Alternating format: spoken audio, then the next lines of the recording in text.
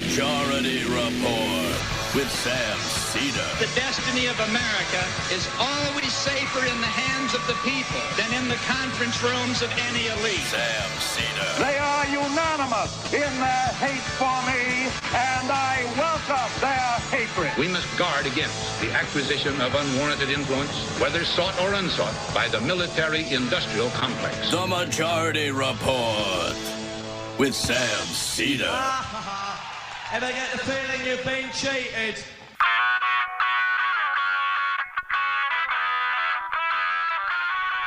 It is Wednesday, December 15th, 2021. My name is Sam Seder. This is the five-time award-winning Majority Report. We are broadcasting live steps from the industrially ravaged Gowanus Canal in the heartland of America, downtown Brooklyn, USA. On the program today, James W. Russell, public policy affiliate scholar at Portland State University, author of The Labor Guide to Retirement Plans for Union Organizers and Employees. Also on the program today, full House votes to hold Mark Meadows in criminal contempt.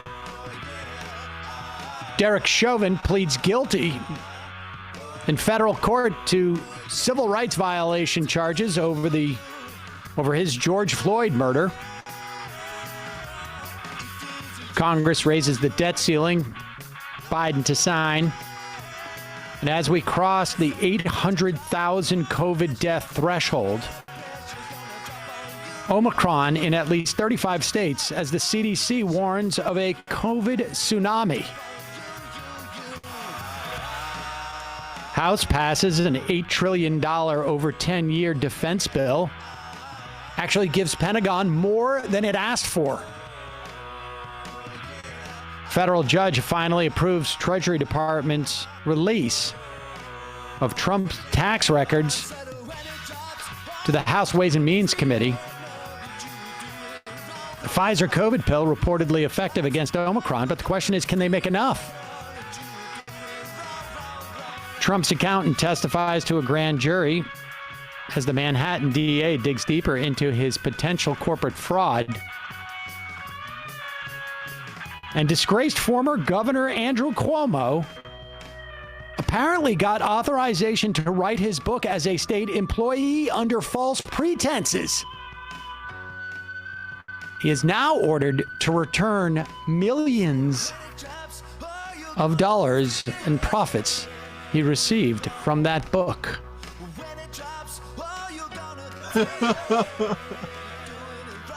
All this and more on today's Majority Report. Welcome, ladies and gentlemen. Thanks so much for joining us. This just breaking.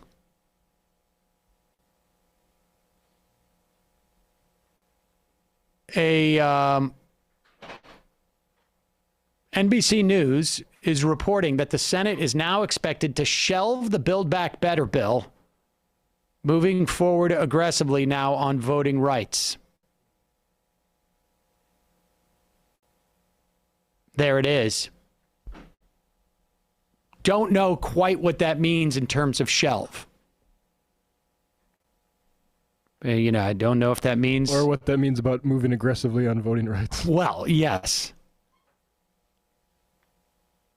Don't know what that means about shelf. Does that mean that they're going to try and vote on it in January? I don't understand what Joe Manchin, what the Senate thinks that Joe Manchin is going to do any differently in January. But there it is.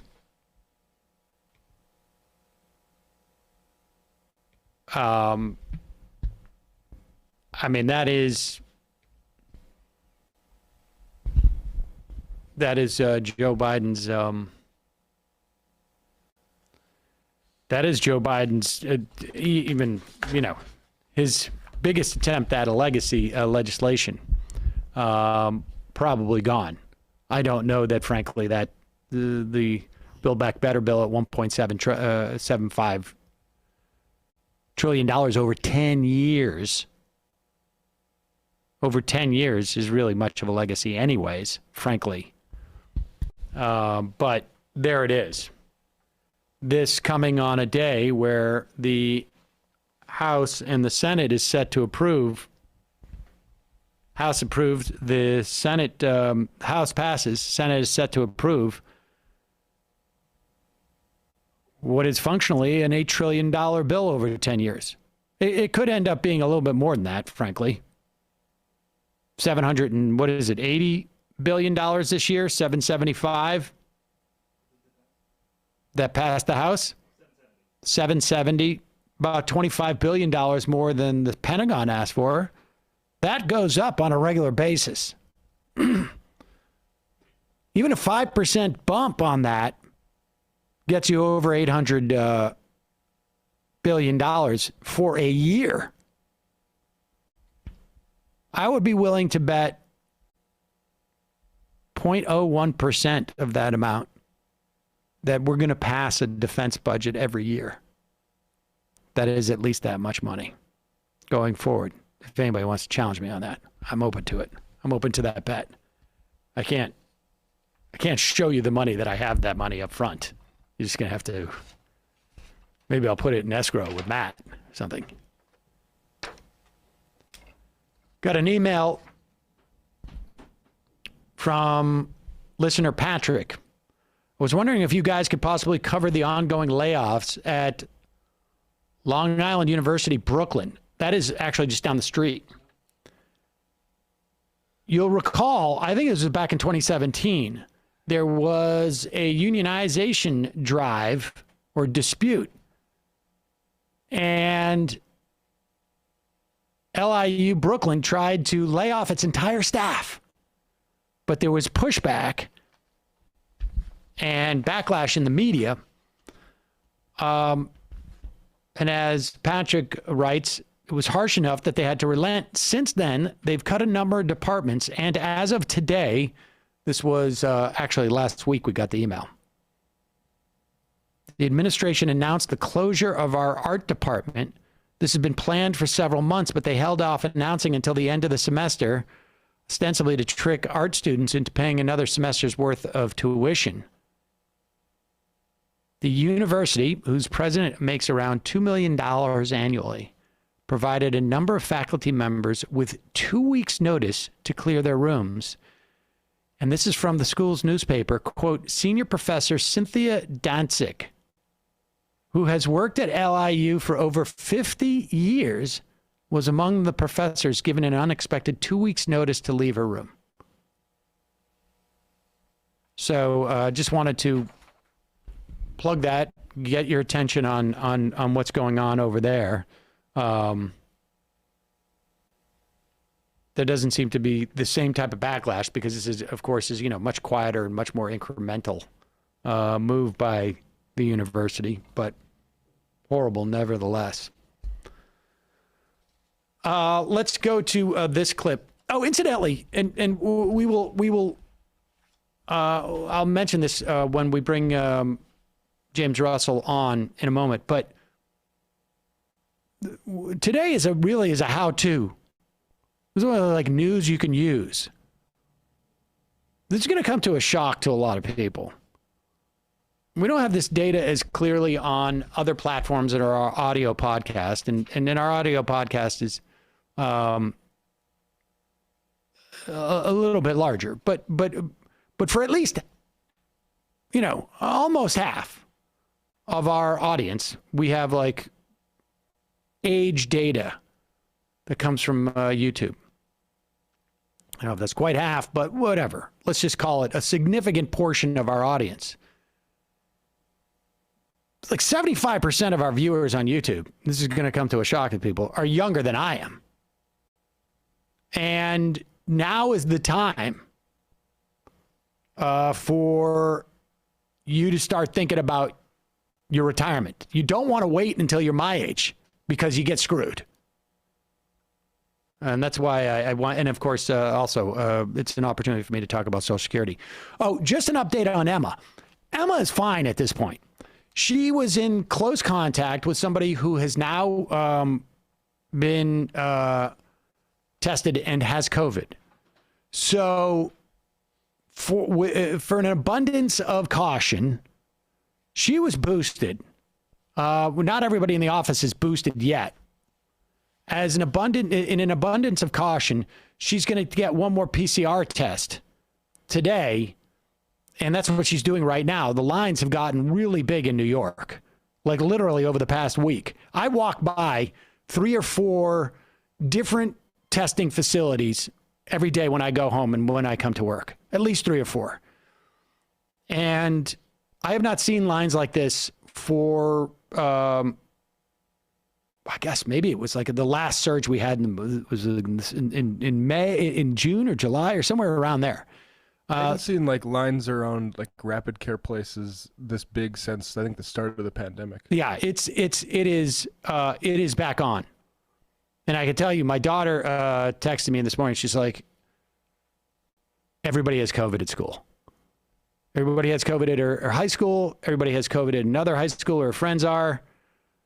Even in sports, you can tell there's a lot of games being missed now. Yep. Be careful, folks. Get a KN95 mask at a minimum. But Emma, assuming all her tests come back negative, will be here tomorrow. So just an update there. So everybody's fine, but I just wanted to, we're in fairly close quarters here. We're all fairly, I think, I don't want to say neurotic, but we're all, cautious about it. And so that's what we do here. Let's play this clip of Sean Hannity reacting to the fact that he was beseeching the president to please do something about this whole, how am I supposed to spin this? I mean, wasn't this all just about fundraising? I don't understand what you're doing, Donald Trump. I thought we were just... It's not a con if you actually send people in there to overturn the election. Then it's a real insurrection. I mean, now, of course, Sean Hannity's in a tough position here because he wants to maintain his relationship with Trump. So he probably doesn't even want Trump to know that he was begging Mark Meadows to beg Donald Trump to not do what he was doing or to do something to stop this. And think of what the audience is going to think. Yeah. So how do you quickly move to the sine qua non principle of being a conservative, which is aggrievement? How is Sean Hannity going to make it about his own personal or ideological aggrievement? Well, it's going to take almost 90 seconds for him to do it. Play this clip. Attempt to smear yours truly and presumably, I guess, President Trump. Congresswoman Cheney presented one of my text messages from January 6th to Mark Meadows. Surprise, surprise, surprise. I know people don't like it when I interrupt the video this quickly, but I like how he says this is a smear of me and ostensibly of Donald Trump. I mean, the fact of the matter is that all of the people mentioned, aside from the fact that it's quite clear that these Fox News people are basically just the PR department of the presidency, and they need to know how to spin this. And they are, this presidency was so driven by Fox News media that they've got to go back to despite that dynamic, at the very least, none of these people are cheering it on. This is to indict Donald Trump and make it clear that everyone, despite the fact that what they say now, like it was no big deal, it was just some tourists or it was Antifa, everyone in the moment knew what was going on and knew what was required. And Donald Trump, despite that, didn't do it because he had a different agenda. That's the point of this. But it's got to be start off with, it's a smear of me. I mean, there's a healthy amount of narcissism that has to take place if you're going to do even this type of work. But that's pretty healthy. All right, start it over again. Attempt to smear yours truly and presumably, I guess, President Trump. Congresswoman Cheney presented one of my text messages from January 6th to Mark Meadows. Surprise, surprise, surprise. I said to Mark Meadows the exact same thing I was saying live on the radio at that time and on TV that night on January 6th and well beyond January 6th. And by the way, where is the outrage in the media over my private text messages being released again publicly? Do we believe in privacy in this country? Apparently not. It's not my first rodeo. Like the thousands of Hannity text messages released to the public over the years in FOIA requests, other leaks. I am an honest, straightforward person. I say the same thing in private that I say to all of you. Liz Cheney knows this. She doesn't seem to care. She's interested in one thing and one thing only, smearing Trump and purging him from the party. And now she is partnering with the very same people. Interestingly, it's a great question for her if somebody ever gets a chance to interview her. Why would you partner with the very people that are as an evil, murdering war criminal and a crook on top of it in order to take, what, one last shot at the former president? Now, according to my sources, this is just a few years after Liz and her family begged and begged and begged Donald Trump to pardon Scooter Libby, which Donald Trump did. And in the interest of full disclosure, I'd like to see any communication between the Cheney family, that means Liz, that means her sister, mom, dad, anybody in the family, that they had with President Trump on behalf of Scooter Libby or any other matter. Let's release any and all emails and texts. Liz, let's release your phone records and texts and your family discussing Donald Trump, considering you're so free to release everybody else's. Now, clearly, Liz Cheney has lost her way. She will lose her seat, and then I'm sure probably make a fortune like her father at Halliburton or some other big conglomerate and make millions probably doing next to nothing. And meanwhile, one of Cheney's no-name Democratic colleagues has apparently never watched this program. I will address this. Take a look. This would be a good time for these hosts to use their platform. First off, let me say that it's credit where credit's due. I would like to see all of the documents of all of the Cheneys released. Frankly, every document that anybody with the last name Cheney has ever generated that involves our government, I would like to see it released. Also, all the Fox News hosts. And all the Fox News hosts, for that matter. No privacy. Absolutely agree with his characterization of Cheney going off to make a bunch of money and doing nothing at Halliburton, and it basically, and Daddy being a war criminal, all of that. Totally subscribe to all of that. Is that what Hannity was talking about in like 2007? Oddly, that never came up. Also, I would like to examine this quid pro quo involving Scooter Libby getting the pardon. I love the fact that, like, you know, you're complaining about there's no honor amongst thieves. We did that Scooter thing for you. The transactional thing, and I can't believe it. This is why we did that. Trump really gives up all his leverage. The Scooter thing, the putting all the justices on the Supreme Court, really doesn't know when to hold on to his cards. He just said Bibi didn't even want peace. Now I'm with the Jews against Israel in America. So there's Sean Hannity complaining, of course, that it's not his first rodeo. You know, Sean Hannity, the one who would totally respect private correspondence.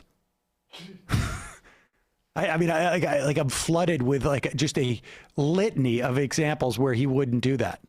Well, yeah, I mean, famously the Hillary stuff. The Biden stuff. I remember when he was really, really criticizing Julian Assange for releasing all of those private emails and all of those DNC, nothing to do with our government. I mean, it seems like he has a closer connection to the administration than Hunter does to Joe. So. Exactly. But it's not his first rodeo, as he says. Well, let's tune in because, you know, Sean Hannity was sort of doing a disservice to his fellow Fox News hosts because he didn't even mention Laura Ingram's texts and he didn't mention Brian Kilmeade's texts. Let's check in this morning with Fox and Friends, where Brian Kilmeade is on every single day. See what Brian Kilmeade had to say about this on Fox and Friends. Play a clip of Fox and Friends, please.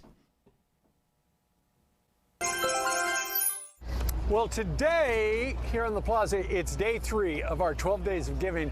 And this morning we're highlighting the USO. That's right, Steve. The nonprofit is helping send a little piece of home to our service members stationed around the world this Christmas. And today they are here to show us how they do it all and serve so many of our men and women. Whoa. Freeze it. What happened to Brian Kilmeade? I don't see Brian Kilmeade. He's been replaced. Oh, it's Kilmeade Wednesday.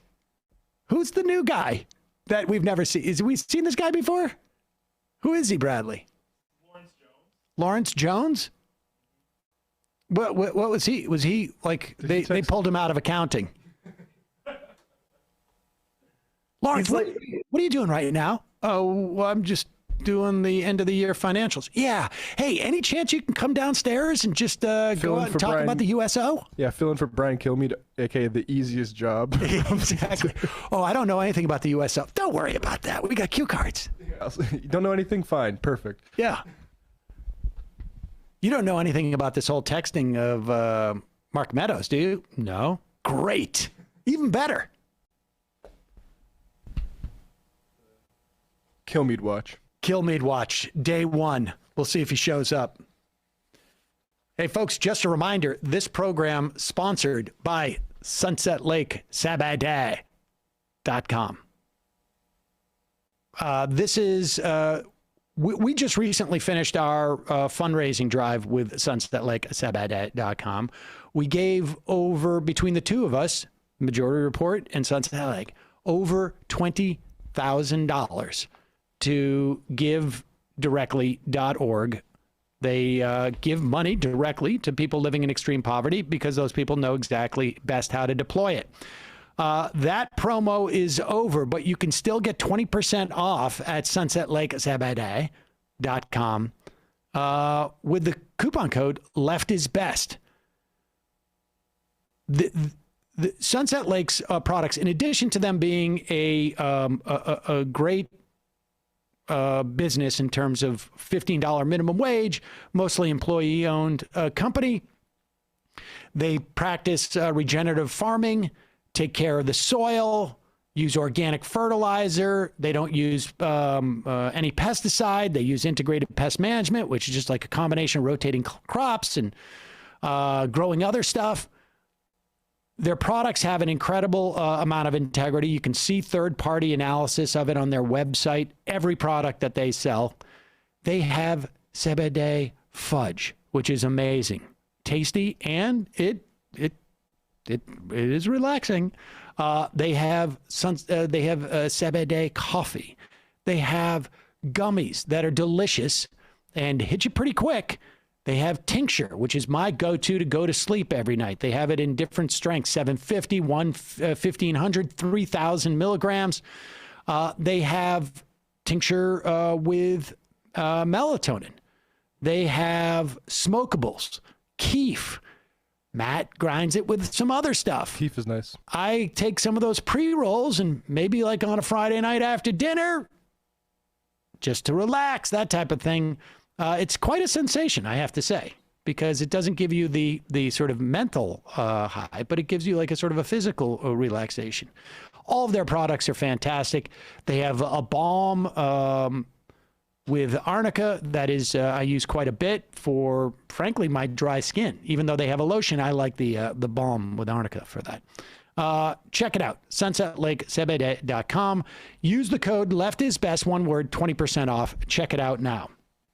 Also, if you're looking for a great present that you need to have come quickly for your folks or for your, I mean, really from your kids to you too, or anybody, this is a great one. And I've used this in the past and thank goodness. Storyworth. Storyworth is an online service. It helps you and your loved ones preserve precious memories and stories for years to come. Every week, Storyworth emails your relative or friend or your parent a thought-provoking question of your choice from their vast pool of options. Each unique prompt asks questions you never thought to ask, like, what's the bravest thing you've ever done in your life? I don't know. If you're like me, who never asked anybody, their parents, any questions, was a great way to sort of build a record and do it before you do it while you have the opportunity. After 1 year, Storyworth compiles all of your loved one's stories, including photos, and they put it into a beautiful keepsake book that you're able to share. You can give it to them. You can make 2 copies, give it to yourself, give it to your kids. You'll be able to share it and revisit for generations to come. Reading the weekly stories helps you connect with loved ones no matter how near or far apart you are. It honestly is a, the questions are not, particularly sophisticated. They're straightforward, but they're ones you would never think to ask more often than not. And it jogs people's memories. And just having these memories is a great way, to build it for your own kids. It's worth it to give yourself the gift, frankly. With Storyworth, I'm giving those I love a most thoughtful personal gift from the heart and preserving their memories and stories for years to come. Go to storyworth.com/majority. Save $10 on your first purchase. That's storyworth.com/majority. Save $10 on your first purchase. Honestly, great gift for yourself, for them, for your kids, all of it. Lastly, common scenario, you need to see a doctor. You search, you find one that looks good. You wait on hold to book an appointment, of course. You rearrange your schedule. You finally go in. You find out doctor doesn't even take your insurance. Well, that's all done with now. You just download the free Zocdoc app. It's the easiest way to find a great doctor and instantly book an appointment. With Zocdoc, you can search for local doctors who take your insurance. You can then read the verified patient reviews of that doctor. Book an appointment. You can do that obviously in person or video chat. You will never wait on hold with a receptionist again. You get all this done. It's turnkey. Doesn't matter if you need a primary care physician, a dentist, a dermatologist, a psychiatrist, an eye doctor, knee doctor, elbow doctor. I'm just going through all the things that I've seen in the past 3 months. Zocdoc has you covered. All sorts of specialists. Go to Zocdoc, ZocDoc.com/majority. Download the Zocdoc app. Sign up for free. Every month, millions of people use Zocdoc. Bradley uses it. Emma uses it. I use it to find a specialist for my elbow. I have a friend who did it for therapy even. And no, there's no surprises. It's a seamless situation where you set up the appointment and you already know that they take your insurance. Zocdoc makes healthcare easy. Now is the time to prioritize your health. Now really is the time. Good time to do it. Go to ZocDoc.com/majority. Download the Zocdoc app. Sign up for free and book a top-rated doctor. Many are available as soon as today. That's ZocDoc.com/majority. Okay, I want to welcome to the program James Russell. He's a public policy affiliate scholar at Portland State University and author of the Labor Guide to Retirement Plans for Union Organizers and Employees. James, welcome to the program. Now, I want to say, this topic, first off, longtime listeners of the show know that I am enamored with Social Security. I think it's the best program that we have probably adopted in this country. Certainly beloved by many people. But I wanted to say this to our audience. I was saying earlier that much of our audience is younger than I am. This is going to sound on its face boring, but this is one of the most important shows that we've done for you. If you are in your 20s or your 30s or even your 40s, you need to know this now, because by the time you get to be my age in your 50s, it's almost too late. But hopefully now we'll talk a little bit about this. But James, welcome to the show. Tell us tell us how you ended up, becoming an expert at these pensions, because I think that it's telling and it's important for people to understand that dynamic now when they're younger. Well, Sam, I thank you very much for the invitation. The way that I got into this was both academically. I studied social policy, and retirement plans are a subset of that. But more importantly, I got involved in a whole labor union struggle in Connecticut, where a sizable portion of state employees were in a 401k type plan. And what I was able to do was to get them out of a 401k and into a pension plan, which all of us did much, much better in the pension plan. And in the course of that, I ended up speaking to people all over the place. And I had to learn everything I could about pensions and about 401k plans and the whole retirement system. All right. Now, I know for a lot of our audience, just the words like 401k and pension plan, they vaguely, like they've heard these words before, but they don't necessarily know what they are. Can you, let's go through, let's talk about what existed prior to, let's say, 1975. We had two types of pension plans in addition to Social Security. So will you walk us through both the history and the sort of taxonomy of these things? Sure. There was never a golden age of retirement in this country.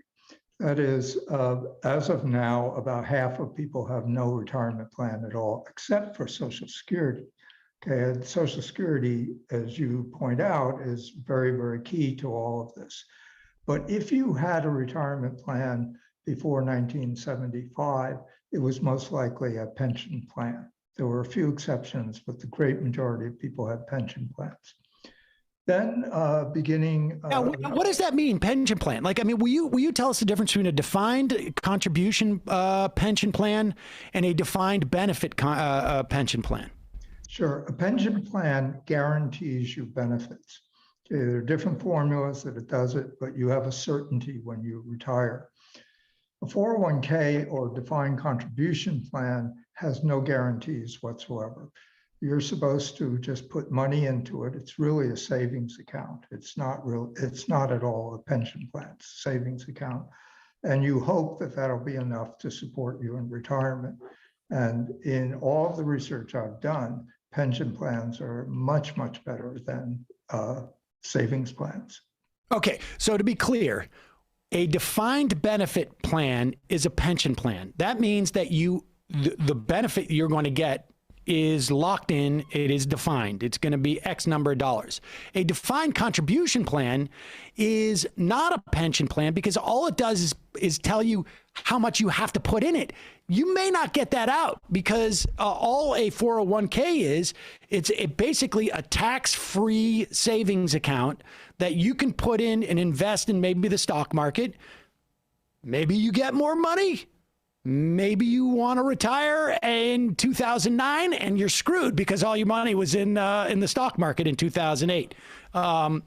That's basically the difference, yes? Correct. Okay. Correct. All right. So where did these 401ks come from? Because in the mid 70s, most people who worked at a big company anyways had a defined benefit or a pension plan. I work at GE and some of my pay is deferred.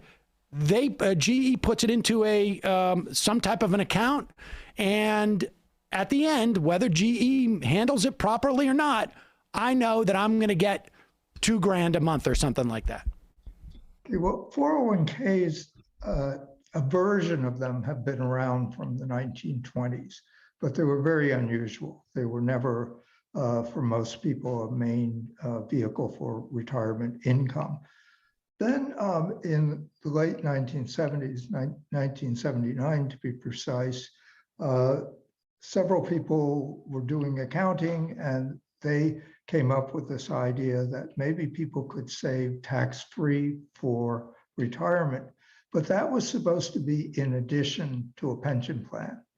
Okay, it was not supposed to be instead of a pension plan. Okay, then 1981, the Reagan administration Treasury Department makes a ruling that says that it's okay to begin substituting these types of plans for pension plans. And then in the 1980s, all kinds of corporations began ending their pension plans and giving workers 401ks instead. Now, I think it's really interesting that at the beginning of this, in the beginning of the 1980s, people thought that 401ks would provide much more income than pension plans. Okay, and then they found out 25, 30 years later when people started to retire under these, that precisely the opposite was what was happening. All right. So to be clear, we have our three-legged stool. I just wrote it up here. We got Social Security, the pension plan, and your savings, right? I mean, that is what retirement was supposed to look like.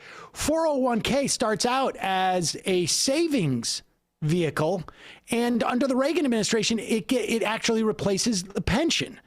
And so then and the problem is, it is a far less generous pension. It's really, and okay, there's two things I'm curious about. What is it that Reagan did, like technically speaking, that allowed for that? It was just a change in the IRS code. And then two, the second question I have is, will you explain how the 401k, why it is not as efficient as a defined benefit pension? Okay. The first question is simply it put out a rule saying that it was okay to do this. I mean, this is a kind of very involved part of the whole federal government and what it does, when it allows certain things to happen. And it was that ruling that opened the door for that switch. Now, the reason why 401ks don't do as, and I should say 401k-like plans, because there are 403bs, there are 457s, there are IRAs, there are all these other things that are basically retirement savings vehicles out there. Reasons they don't do as well, there are multiple, but they fall in two broad categories. Okay, the first one is that you take this money and you give it to a financial services firm, okay, that is going to be the custodian of your money. Now, they do this for a price, okay, and it is not a cheap price, okay? They have all kinds of fees, commissions, they have profit taking, they also have one thing that people may notice is huge advertising expenses because they're competitive, okay, among themselves. I mean, think for a minute, when was the last time you saw an advertisement from Social Security? Right. There's no overhead. Right. There's no profit motive. Nobody's skimming stuff off this. Exactly. So that's the first reason.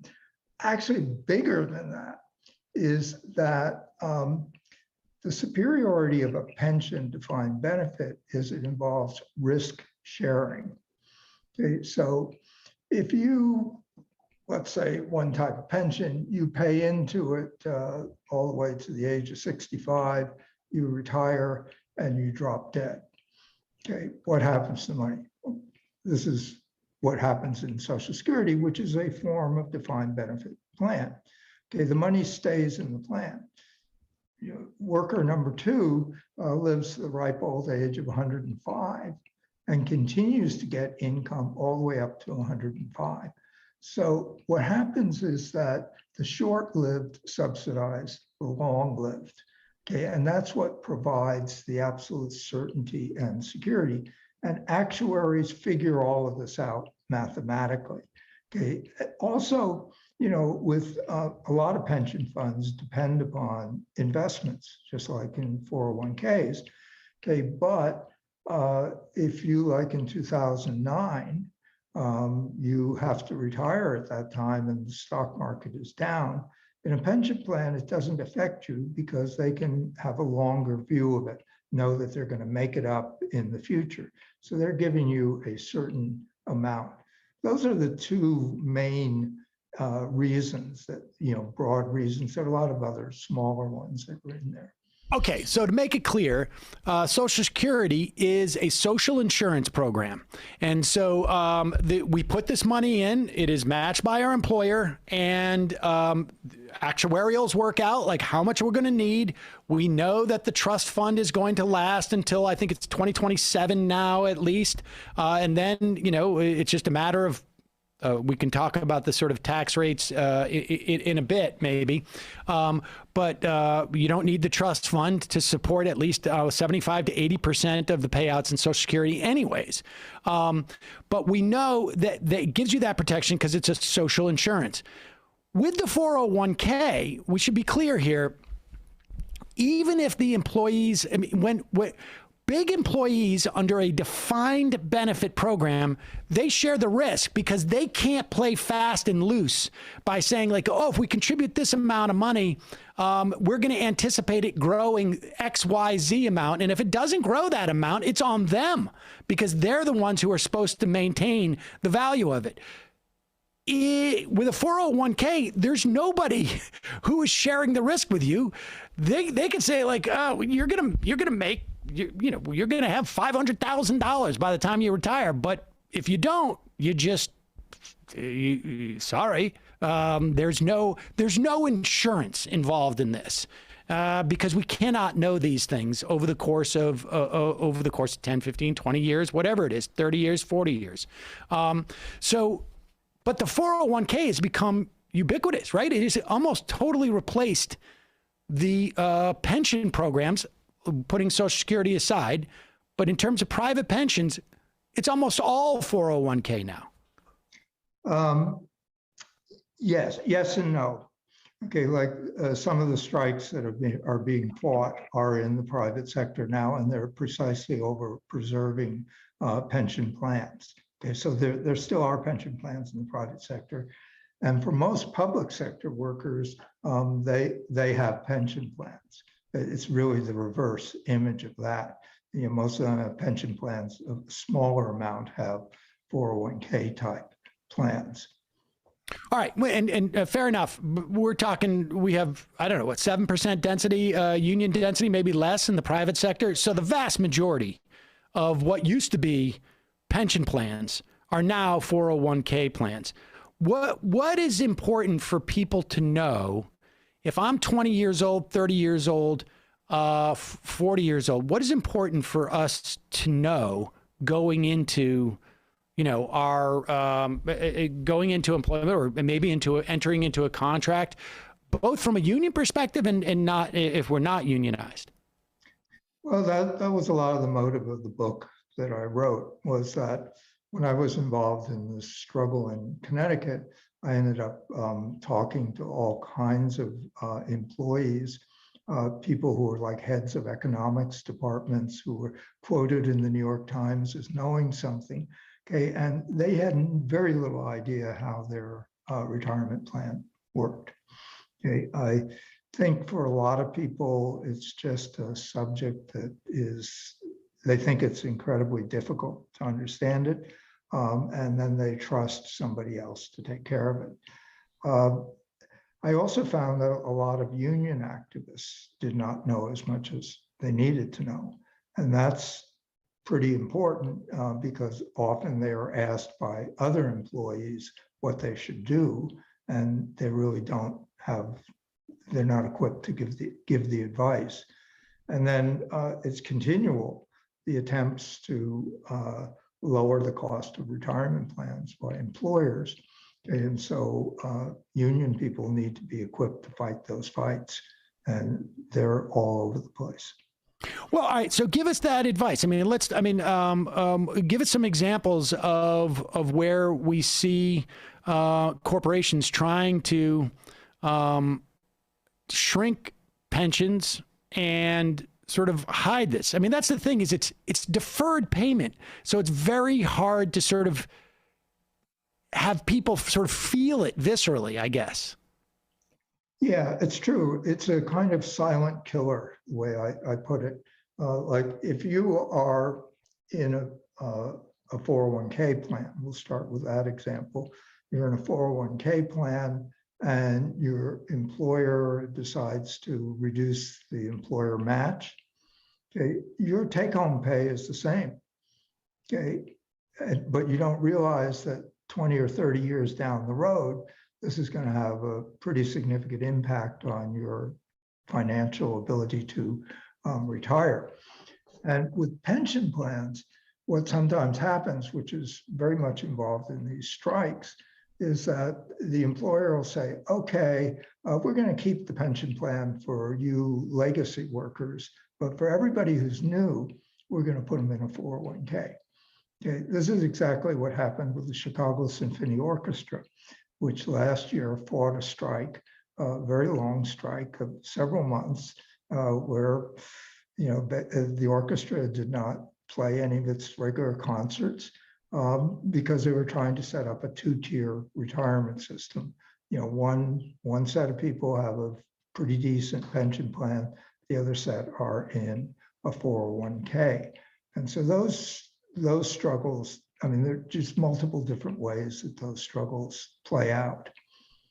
I want to get, I just want to make sure that I do ask you, like, what of these employers who say that it's not, we just can't afford it anymore. But I want to get to that in a moment. But I want you to just, what is a variable pension plan? Just as people, I want to just, cover what people may come across out there. Okay, the variable pension plan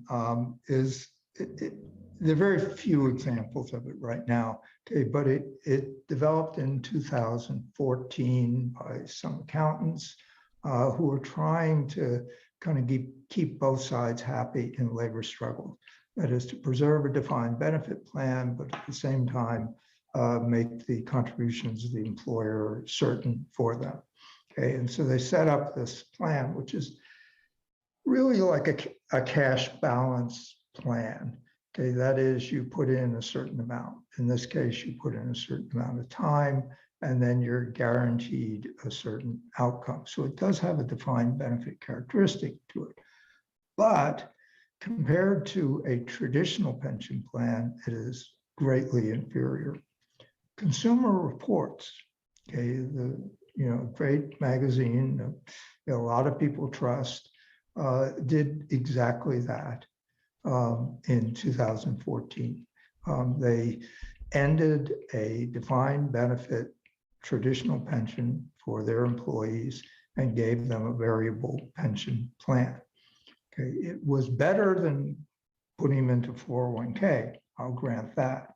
Okay, but in looking at the returns of that plan, workers at Consumer Reports lost about half of their retirement security.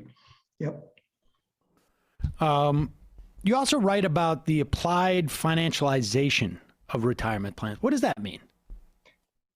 Oh, it's a term that I kind of invented.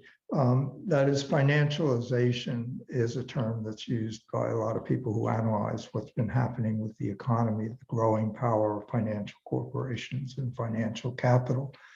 Okay, and people can get very, very theoretical about it. Okay, and feel free to get theoretical. We can bring it back too from there. Yeah. But I mean, the point that I'm trying to make is that a lot of people don't draw the connection between the financialization in a theoretical way and their own retirement plan. Okay, and that's what's happening, is the growing power of these financial corporations that have essentially expropriated the retirement savings of American workers over the last 30 or 40 years. And it's been, I would argue, arguably the largest expropriation of workers' income, okay, even more than frozen wage rises and so forth. That's what's happened with retirement savings. All right, so to be clear, there are two major players who are interested in the 401k and all of those type of so-called retirement vehicles. It's the employer, because the employer no longer has to guarantee that their workers are going to get a certain benefit when they retire. They only know that they have to put in a certain amount. And they can change that amount, like you say, they can renegotiate. And then the other big player who are in favor of this are essentially the investment banks and all these entities that will get a slice and a little piece here and there through fees and whatnot. And also, I would imagine, to inflate the stock market because you're getting this 401k. Much of it is often invested in these vehicles. Like equities and whatnot. Will you talk about, just so that people understand this too, how those forces came to play in 2005 shortly after his reelection, George Bush wanted to privatize parts of Social Security, essentially. And that is what, I mean, that's what the big game was, right? Like Wall Street wanted that, what they called that dumb money, because the dumb money is money who nobody's really looking after that much, and they want to take a piece of it. Yeah. Before I address that directly, there's a third player in this, which is very important, which are the conservative think tanks, the Heritage Foundation, the Cato Institute, all of which are heavily in favor of getting money out of Social Security and into the Wall Street investments. Okay, they have ideological reasons for doing that. And so they are the ones who are really the cheerleaders of all of these types of changes. So if we go to 2005, George W. Bush had just won re-election. He was going to spend some of that capital, and he was going to partially privatize Social Security. Okay, and this is really a totally fascinating story because this neoliberal transformation of Social Security is something that had happened throughout Latin America. It started in Chile under a dictatorship, a military dictatorship, with advisors from the University of Chicago, students of Milton Friedman, all this type of neoliberalism. Talk about applied. I mean, that was applied neoliberalism. Didn't Friedman himself go down and basically consult with Pinochet and essentially said, like, this is how we're going to do this? Yes, yes, that's definitely true. Okay, and I've been to Chile and talked to a lot, and Chileans have huge demonstrations now against that privatized system. Okay, so Bush, tried to do it in the U.S., but the pushback from labor unions, from community groups, from churches, from senior groups was so huge that by August of 2005, he had to abandon it because it was stopping everything else from happening. Now, this is a kind of equal opportunity attack on Social Security because the Obama administration also tried to do things that, not to privatize it, but to cut back benefits. Okay, and similarly, there was a large pushback. You can even go back. Well, let's talk a little bit about that because I spent a lot of time talking about Simpson Bowles. We called them the Cat Food Commission. And there was, Simpson was a Republican senator from Wyoming, or retired at that point. Erskine Bowles was a Democratic chief of staff, if I recall correctly, for I think Jimmy Carter, was it? And he was also a privatizer. He wanted to privatize Social Security. So this was Obama's fair, even-handed commission. And if I remember correctly, the commission was of 12 people. They were supposed to have 10 people sign off on a report to make it valid. They could not because there was so much pressure against the idea of cutting Social Security benefits that the commission itself never released a report. Only Simpson and Bowles actually wrote it, and the media reported it much of the as if it was the report, but it wasn't the report. It was just these two guys, and they didn't even allow their commission because their commission could not agree on the idea of cutting Social Security. People forget this history of the Obama administration. Well, it was not only to cut Social Security, it was to reconfigure how the benefit would be determined and to move it more toward a welfare program to benefit the poor and remove it from middle-class beneficiaries of it, which is very much in line with previous World Bank recommendations, okay, that you needed to have some sort of a guaranteed program for the poor, okay, but for everybody else, they should just save and invest. And so this would have moved that. Now, if you do that, then that's really just down the road to ending Social Security, because it's often said in Washington that the poor have poor representation. They're not able to fight for it. Whereas one of the reasons why the regressive moves against Social Security have been stopped in their tracks is that you have a lot of middle-class people who benefit from it. Okay, and so they get very upset when they hear that somebody might take away their benefits.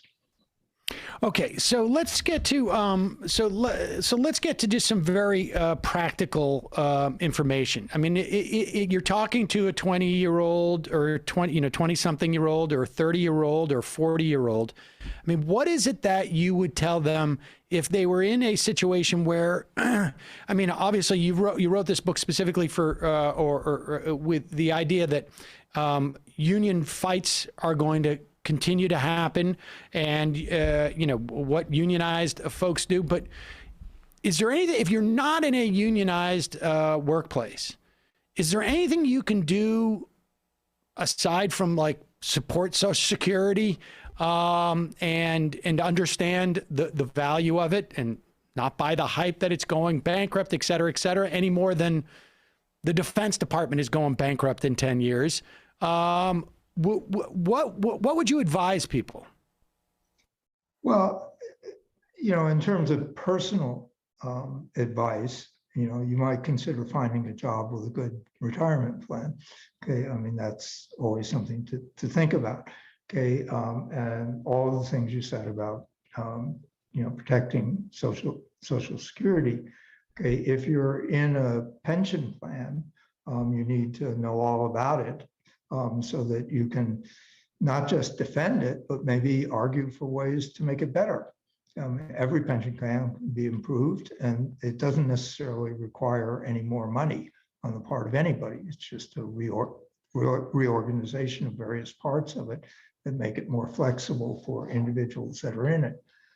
I think in terms of ultimate solutions, it's a lot like Medicare for all. We kind of need high Social Security for all in this country. If you look around the world at those countries that have the most favorable retirement plans, almost all of them have unitary systems. Okay, they don't have this three-legged stool stuff. Okay, they have one big national Social Security system. Okay, and they put more money into it, and people get more money out of it.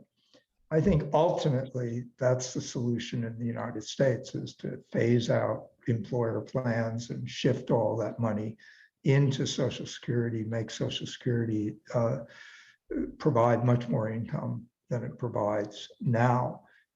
Now, I mean, that's kind of pie in the sky right now, okay, but it's not a technical problem, it's a political problem, okay, and I think there are a number of intermediary steps that can be taken to, like one that I would like, okay, if you'll bear with me, please, is that when people think about 401ks, they think about how much money they're putting into it. They less often think about what they're supposed to do when they actually retire with that money, okay? And when you retire, you can keep on investing, okay, and then keep drawing money out. Okay, it's usually less than 4%. So you can do the calculation in your head and look at how much accumulation you have, multiply it by 4%. If you have $100,000, that means you're going to get $4,000 a year. Okay, not a lot. Okay, and the average that people have who are approaching retirement is about 120,000. So people are not getting a whole lot of money from this. Okay, so one of the reasons they're not getting a lot of money from it is that when you retire, you have you really don't have any good options for what to do with this money. Okay, either you can continue to invest it and draw it down. Okay, or who wants to do that in their 90s if you're lucky enough to live in your 90s? Okay, or you can buy a product called an annuity, which a life insurance plan sells you. Okay, they'll take your $100,000, and in return, they'll promise you a little bit higher rate. Okay, and they'll promise it for the rest of your life. Okay, which gives you certainty. Okay, which the whole investing stuff doesn't. Okay, but they take their huge profits, their commissions, all of that out of it. What I would like to see is Social Security start issuing annuities. They would be a much better deal, okay, that people could take their 401k savings, roll them into Social Security in return for a larger Social Security check, and they'd be much better. That's an intermediary reform that is doable, okay, but of course the life insurance companies would scream bloody murder about it.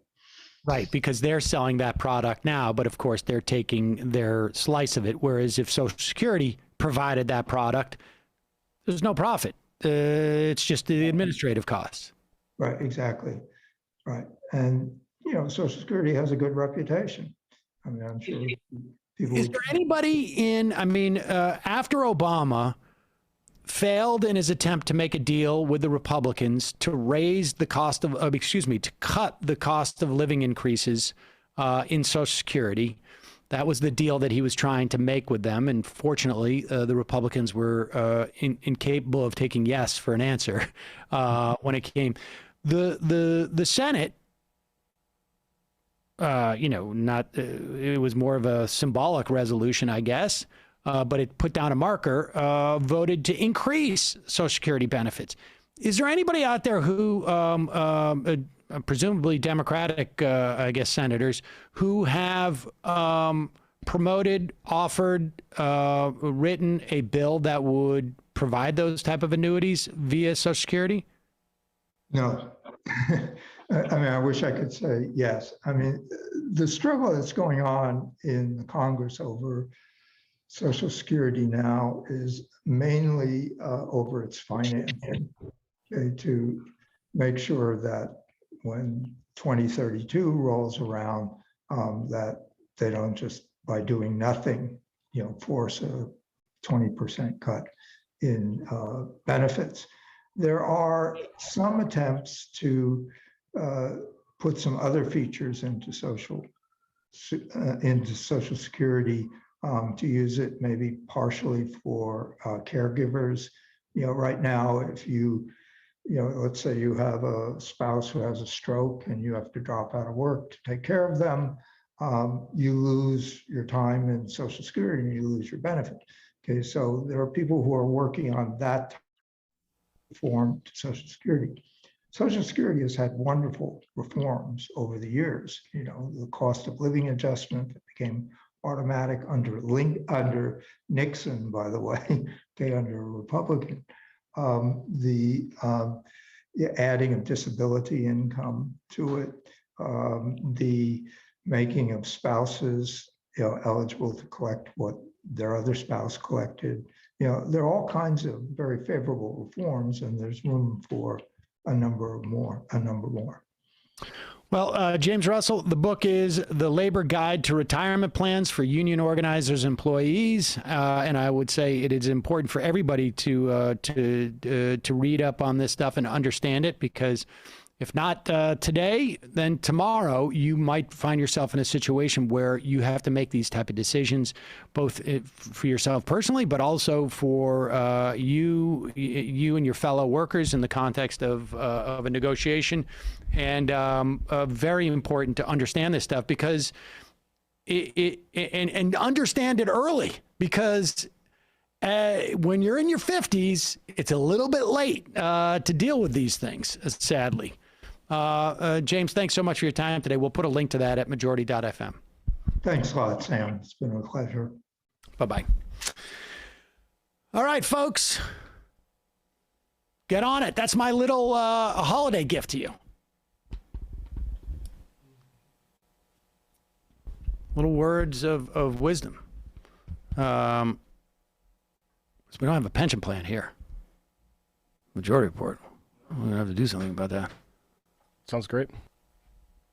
Should really look into that. I wonder if there's like a third party, like we could subscribe to or something. Should ask James. Well, we still have access to his info. Folks, just a reminder, it's your support that makes this show possible. You can become a member at jointhemajorityreport.com. Also, if you're watching us on YouTube, subscribe. subscribe to the channel. We got a bunch of subscribers yesterday. We covered Crackergate. A bunch of new subscribers. Welcome. All the Crackergaters. And what will happen is, I spoke to Kyle yesterday. We're working on a bunch of new features too, also for members of the show, that are going to be basically, based in our app. The app's always going to be free, but you're going to get extra benefits if you're a member. I'm quite convinced in 6 months, in a year from now, I'm going to get an IM from somebody, or I'm going to get a phone call. I've been a member since Crackergate, or I started listening at Crackergate. Oh, speaking of Crackergate, we are now almost 1 month away, almost to the day, of what we call the Big Live show. January 16th in Boston, Massachusetts. We are doing a live show at 3 p.m. at the Wilbur Theater in Boston. Joining us, H. John Benjamin of, it's on that show, Archer, Bob's Burgers, was in that movie, Who's the Caboose? And Larry Murphy, also of Bob's Burgers, and the late Assy McGee. Natalie Scher, writer for New Republic, will be joining us. May add another guest or two. We'll see. But we will all be there. Matt, Bradley, Emma. We will all be up there in Boston. You can join us. I've decided I'm wearing a Boston Celtics hat. Oh, is that right? Yeah, because I feel I can't wear a Red Sox hat in New York. That feels like dickish, like an inviting confrontation. And Patriots make me feel a little bit like a Republican. So I'm going to wear the Celtics. That's not appropriate. That wasn't appropriate to say. That was inappropriate. Maybe I'll get the old throwback hat with the Patriot hiking the ball through his legs. That's a much better hat, and they're available. I have one or two of those, but that was not cool. What about Bruins, dude? I'd feel false wearing a hockey hat because I just don't know the sport. Yeah. Right. Folks, don't forget, justcoffee.coop, fair trade coffee, tea, or chocolate. Use the coupon code majority, get 10% off. Just a little bit of housekeeping. I should tell you that Friday will be the my last live day of the year. We are putting together the best ofs, which are going to start a week from Friday. Emmett's going to be hosting next week. I am going to take the first 2-week contiguous vacation that I have taken in at least 11 years. It's possible during the Air America days that I had time. There was also a time like I was sort of fired for like a month or something, like somewhere around like, but that was more anxiety inducing than it was relaxing.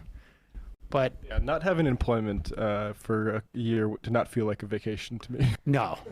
But with like this, the exhaustion from COVID, there's been a tough couple of years. But also I'm getting old. It's time for me to have like one of those European style vacations where you get, 10 contiguous business days off. I'm not going to do anything. It's really, I spend the first 5 days trying to avoid hopping back on the stream or on Twitter. But then I'll have 5 days where I'm actually away from that. So I'm pretty excited. Matt, in the meantime, what's happening in the Matt Leckian media universe? Today's Wednesday. Yeah, tonight at 8 Eastern, 7 Central, Liza Featherstone coming on to talk about her piece on the crisis of masculinity we're all dealing with right now, particularly on the it's everywhere. Also, we're going to be talking about the tornado factories and stuff like that. Also, Starbucks retaliation against workers unionizing, and probably get into the January 6th text a little bit ourselves. So that's tonight, 8 7 Central, patreon.com/leftreckoning to get the post game, where a few of those things might be in the post game. Somebody just IM'd and said you could get a Worcester Sharks hat, but of course they haven't been around since 2015, I think. Throwback. That'd be cool. Yep. All right, folks. See you in the fun half. 646-257-3920.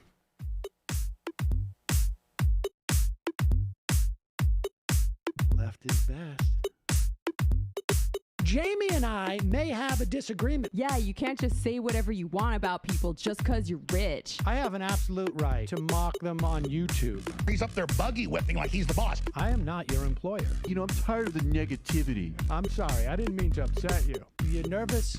You're a little bit upset. You're riled up. Yeah, maybe you should rethink your defense of that, you fucking idiots. We're just going to get rid of you. All right. But dude. You want to smoke this joint? Yes. Do you feel like you are a dinosaur?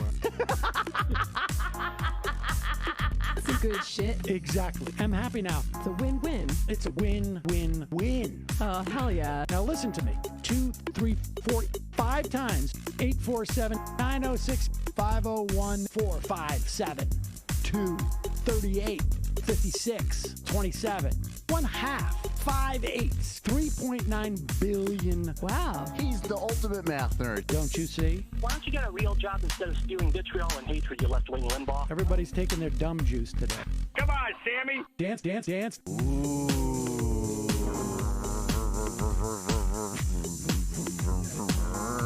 Rand Paul. I had my first post-coital scene with a woman. I'm hoping to add more moves to my repertoire. All I have is the dip and the swirl. Fine, we can double dip. Yes, this is a perfect moment. No. Wait, what? You make under $1 million a year. You're scum. You're nothing. Excuse me? Fuck you, you fucking liberal elite. I think you belong in jail. Thank you for saying that, Sam. You're a horrible, despicable person. All right, gonna take a quick break. I want to take a moment to talk to some of the libertarians out there. Take whatever vehicle you want to drive to the library. What you're talking about is jibber jabber. Classic. I'm feeling more chill already. Good. Donald Trump can kiss all of our asses. Hey, Sam. Hey, Andy. You guys ready to do some evil? Hitler was such an idiot. I think I might be a Nazi. Agree. No. Death to America. You. Yes. Wow. Wow, that's weird. No way. Unbelievable. This guy's got a really good hook.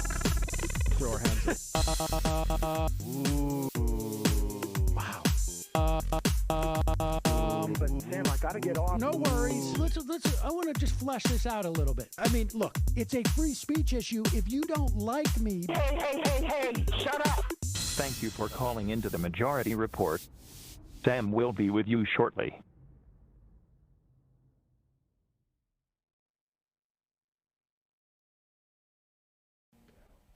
we are back, ladies and gentlemen. It is the fun half of the program, wherein we read your IMs, we take your calls, we do clips that we found around from the internet. Sometimes we talk about specific stories. We generally just have a bunch of fun time. Bunch of fun time. Fun bunch of time. Fun bunch of time, you. The Fun Bunch really, Marky Mark really got Fun Bunch as a concept. Is that what he was up to? Marky Mark and the Fun Bunch, wasn't it? Isn't that right? Is that right? Am I misremembering that? Maybe this is like Marky Mark and the Fun Bunch? This is like a Mandela effect thing. That I thought that's what it was. Funky Bunch. Oh, the Funky Bunch. Okay. The Fun Bunch. I feel like that's like you're already practicing to be my age. That's the Fun Bunch, wasn't it? You know, they like all that funny. Funky Bunch isn't much better. No, Funky Bunch. Ladies and gentlemen, as you know, Herschel Walker, has he officially announced that he's running for the Senate in Georgia? This is Donald Trump's candidate, Herschel Walker, football player. He's got some things to overcome in his run. He has multiple accusations of domestic abuse over the course of the past 20 years. He had some, I think, depression issues, which frankly I don't think should be something that's terribly relevant, but it's going to come up in the context of politics. And there's also that he doesn't know much about government. I think that could be part of it. And then one of his other liabilities, and again, I don't think you should, the sins of the father should be attributed to the son, or necessarily the sins of the son should be attributed to the father. But when they start actively campaigning for you, sometimes you may have to account for it. Here is Christian Walker, son of Georgia Senate candidate and former football legend Herschel Walker, at a gas station. And I don't know, have you seen those stickers that have like Joe Biden and people put them at gas stations? They go like, I did that. And it's the price of the gas. Oh. Gas is going down, but get it while it's hot. And here is Christian Walker in a video that he posted. Y'all said Joe Biden was going to be the great unifier. This is divisive to my bank account and my hard-earned money. Screw your unity. You think this is unifying? Just keeps going up. Oh, just keep going up. Joe Biden. This is Joe Biden for you families struggling to afford to get to work. That's unifying. That's bringing the nation together. Screw this. Disgusting. Oh, just keep going. Keep going. Democrats voted for this. Democrats voted for... What the... Wait, what? I know this is a joke. But I was voting for the guy who was going to destroy America. You were paying $30 for gas under my guy.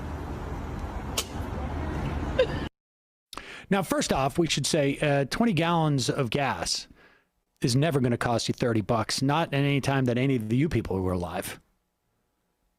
Second of all, who's got a 20-gallon gas tank? That's a big truck he's driving. It's a big boy. He's obviously using Supreme gas as opposed to regular.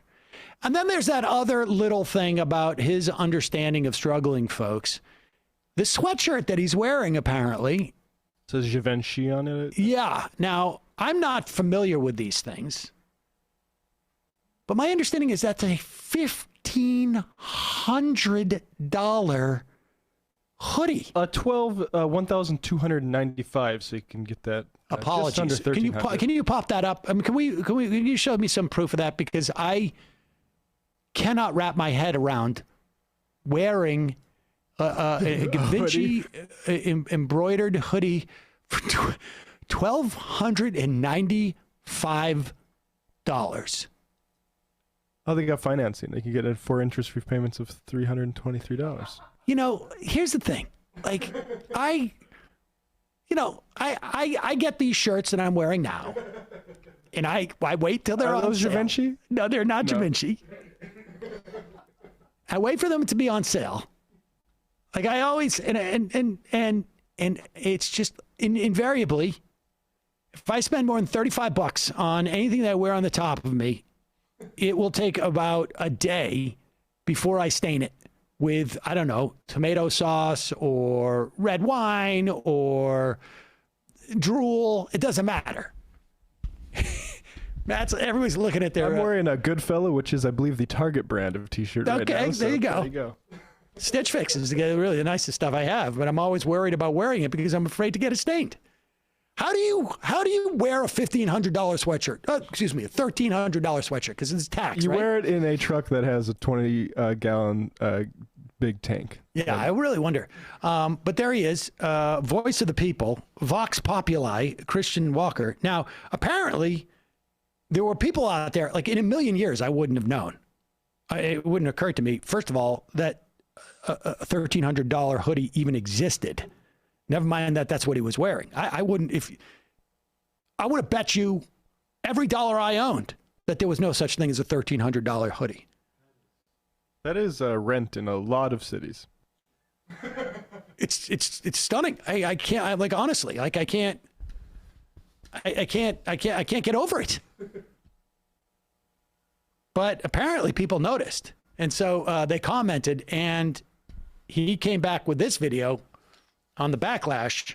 I suspect that if Herschel Walker has any campaign people, they're going, Herschel, is there any chance that we can get maybe Christian to maybe dial it back a little bit? But here he is. The Democrats don't like me because I'm rich. I'm sorry that my parents were lazy on the couch all day waiting for handouts. I'm sorry that they built businesses and won championships, and now I can shop at Fendi and Givenchy.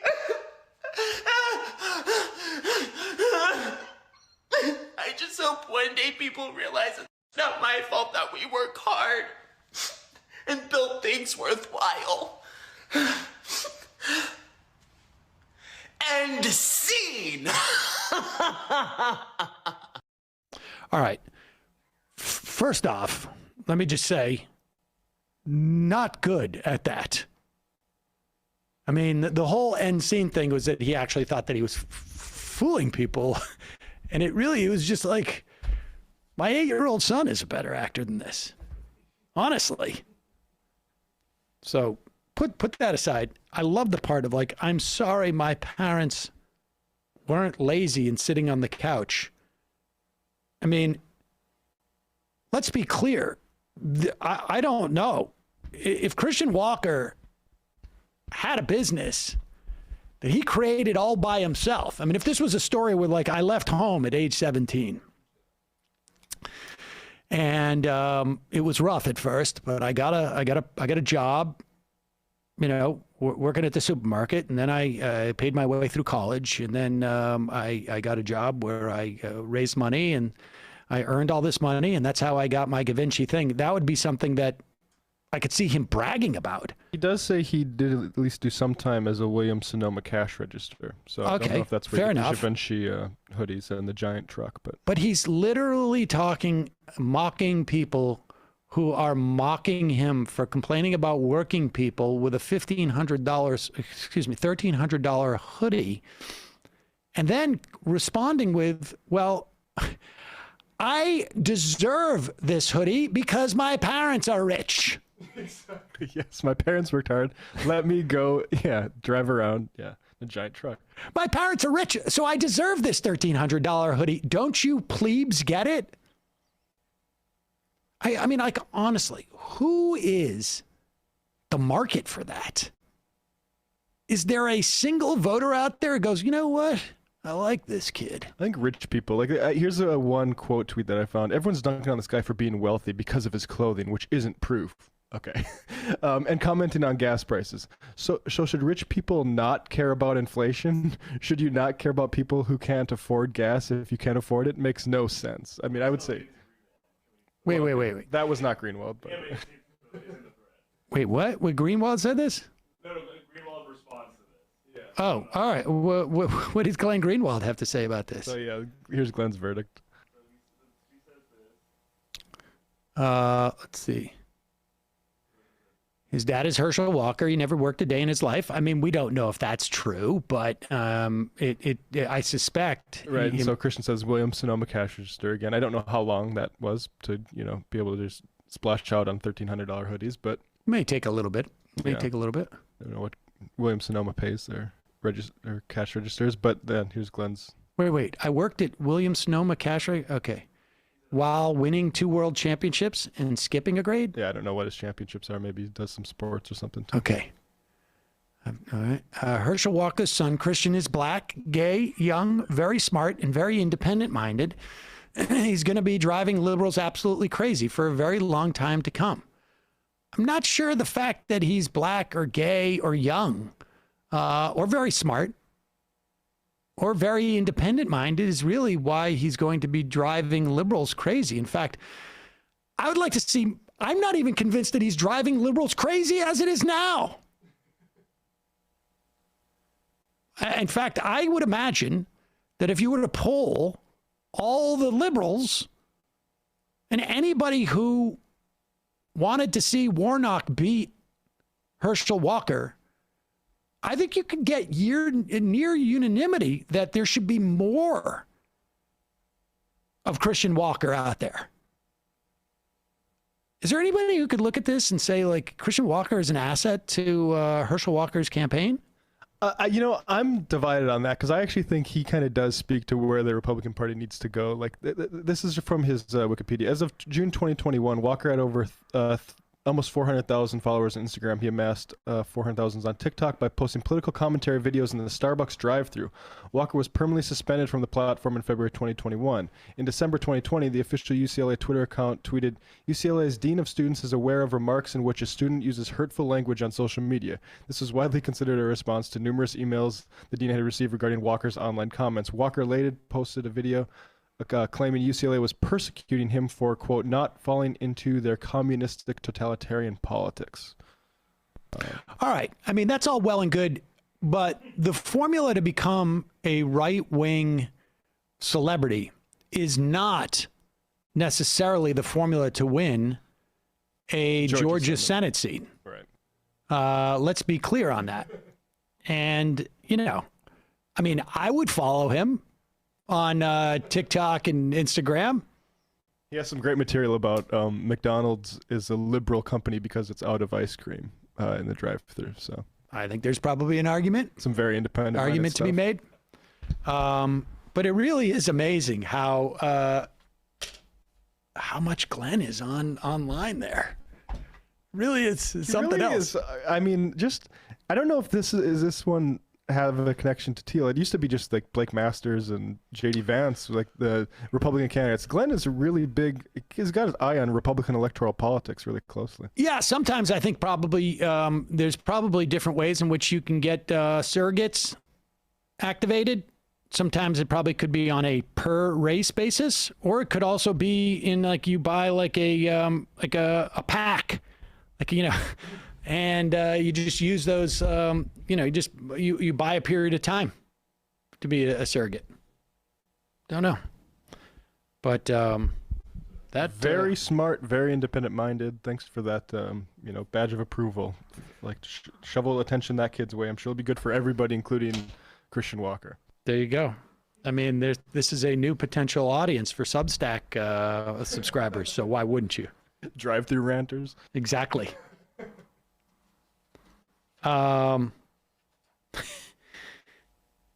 Let's get this one out of the... Oh, actually, no. Let's talk about this for a moment. We had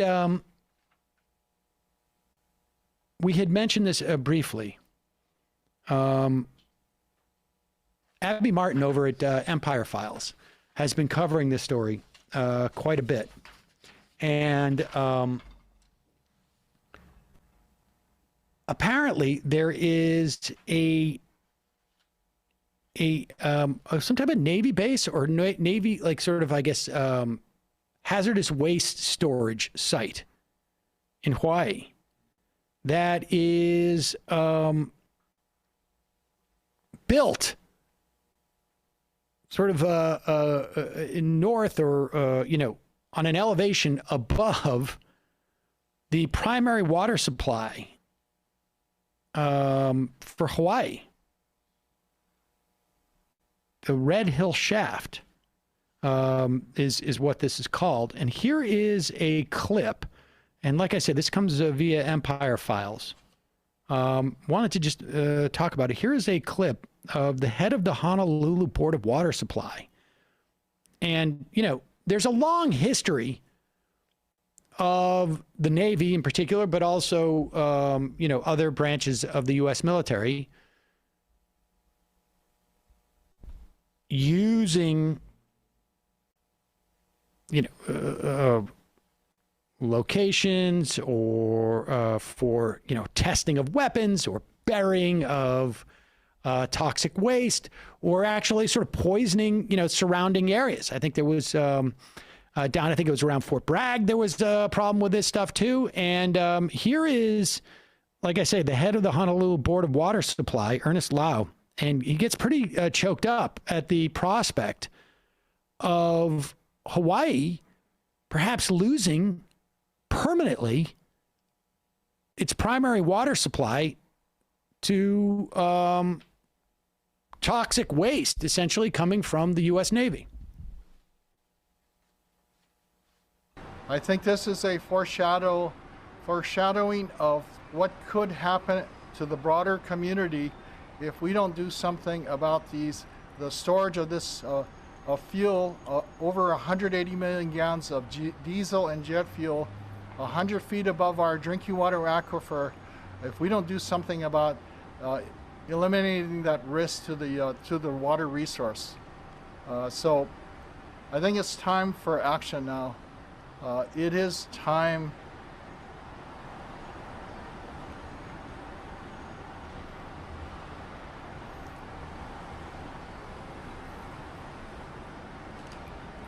We cannot wait any longer. The water resources is precious. It's irreplaceable. It's pure. There is no substitute for pure water, and our lives depend upon it. So I would urge the decision makers and the Navy to take action immediately to take away this risk from our vital water resources there.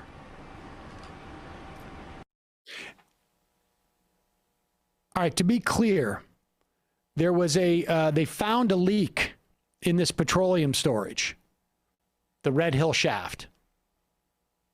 Or I should say the Red Hill shaft was the water supply. And they found petroleum levels that were 350 times what is considered safe. All the military personnel were relocated. The Navy claims it's found the source of the gas leak. But like you saw, state officials, local officials are calling for the Red Hill bulk fuel storage facility to be permanently closed because you've just seen evidence that it can leak. And maybe there can be a catastrophic leak. Apparently, it was constructed in the 1940s. And sometimes these things have a half-life. The tanks, like you heard, sit above this aquifer that supplies about 25% of the water consumed in Honolulu. So maybe best to shut it down before. But Empire Files has been following this. You should check out that show. We should probably have maybe we should. Abby Martin and Mike on maybe at one point, like on Friday or something. Folks, it has finally happened. He threatened. Nobody in California listened. Nobody. He did his best. He fought the good fight. Also, maybe he got a good deal on selling his property. And then, of course, property values went sky high in California. And things are much cheaper. And you don't have to pay income tax in Florida. And so why not? As soon as, like all his buddies left California, he was like, it's time. Yeah. Dave Rubin says goodbye to California. And that sound you're hearing in the distance is the whole state weeping. Here it is. Height of the lockdowns. So look, I could go on, and I really could. I could go on and on about all the things that are wrong here, and you all know it. There's vaccine passports everywhere. When I don't go out that often. It's really funny. My life in the last 2 years since this all has been pretty great because I have a great home life, and I have good friends, and we like to host, and we got a great dog. And I got a basketball court in the back, and we've lived a great life, but I don't really leave my house. I don't really leave my house because I can't stand going out and seeing these masks. Pause 1 second. Pause 1 second. No. Now he said there's vaccine passports everywhere. In other words, there's I don't know if in California they have a vaccine mandate. Is he claiming he's not vaccinated? Or is he just offended that he's got to go into places where everybody's vaccinated? He wants to keep that sort of unclear. Is he not being clear on that? That's weird. It's weird that you get vaccinated. Why would he get vaccinated? Why would you do that? Well, it's not so much the vaccination. It's just that I don't feel comfortable going into a place where people don't have a choice about getting vaccinated. Well, why did you get vaccinated? What's the point? Like, you think it offers you protection? Yeah, and the best part is where he also then admits that his husband apparently wears masks to the supermarket, but he doesn't, but he's disgusted by other people wearing masks. Listen to this. This is only how he parses this stuff. It's sort of fascinating. Go backwards a little bit so that people can really roll into this a little bit more. So look, I could go on, and I really could. I could go on and on about all the things that are wrong here, and you all know it. There's vaccine passports everywhere. When I don't go out that often. You know, it's really funny. My life in the last 2 years since this all has been pretty great because I have a great home life and I have good friends. Say, like, why don't you go out often? Why wouldn't you go out often? Are you can't get in because you're not vaccinated? That doesn't feel like that. Why aren't you going out more? Is it because there's COVID? Are you staying inside because there's COVID? That's weird. Why? If you don't think it's a problem for people to go out unvaccinated, surely you don't think it's a problem for you to go out unvaccinated. Well, he doesn't like seeing people in the masks. Is that what he's building up to? Like, I never leave my house. I mean, great. I mean, it's a whatever, nice $2 million house or $3 million house. It's got a basketball court. It's got all this stuff. But I don't go out because I don't like the look of other people here. Continue. Everywhere when I don't go out that often. You know, it's really funny. My life in the last 2 years since this all has been pretty great because I have a great home life and I have good friends and we like to host and we got a great dog and I got a basketball court in the back and like we've lived a great life, but I don't really leave my house. I don't really leave my house because I can't stand going out and seeing these masked people. You go to the supermarket and 2 years later, they're all wearing masks and they're glossed over in the eyes. And there's no talk of, could we take the masks off? And even David, who's like the most tolerant person on earth, when we would go to the supermarket together and I wouldn't be wearing a mask and people would be yelling at me and David would be like, maybe I'll just do the shopping without you because he doesn't want to be yelled at. And I can't blame him for that, you know? Like, yeah.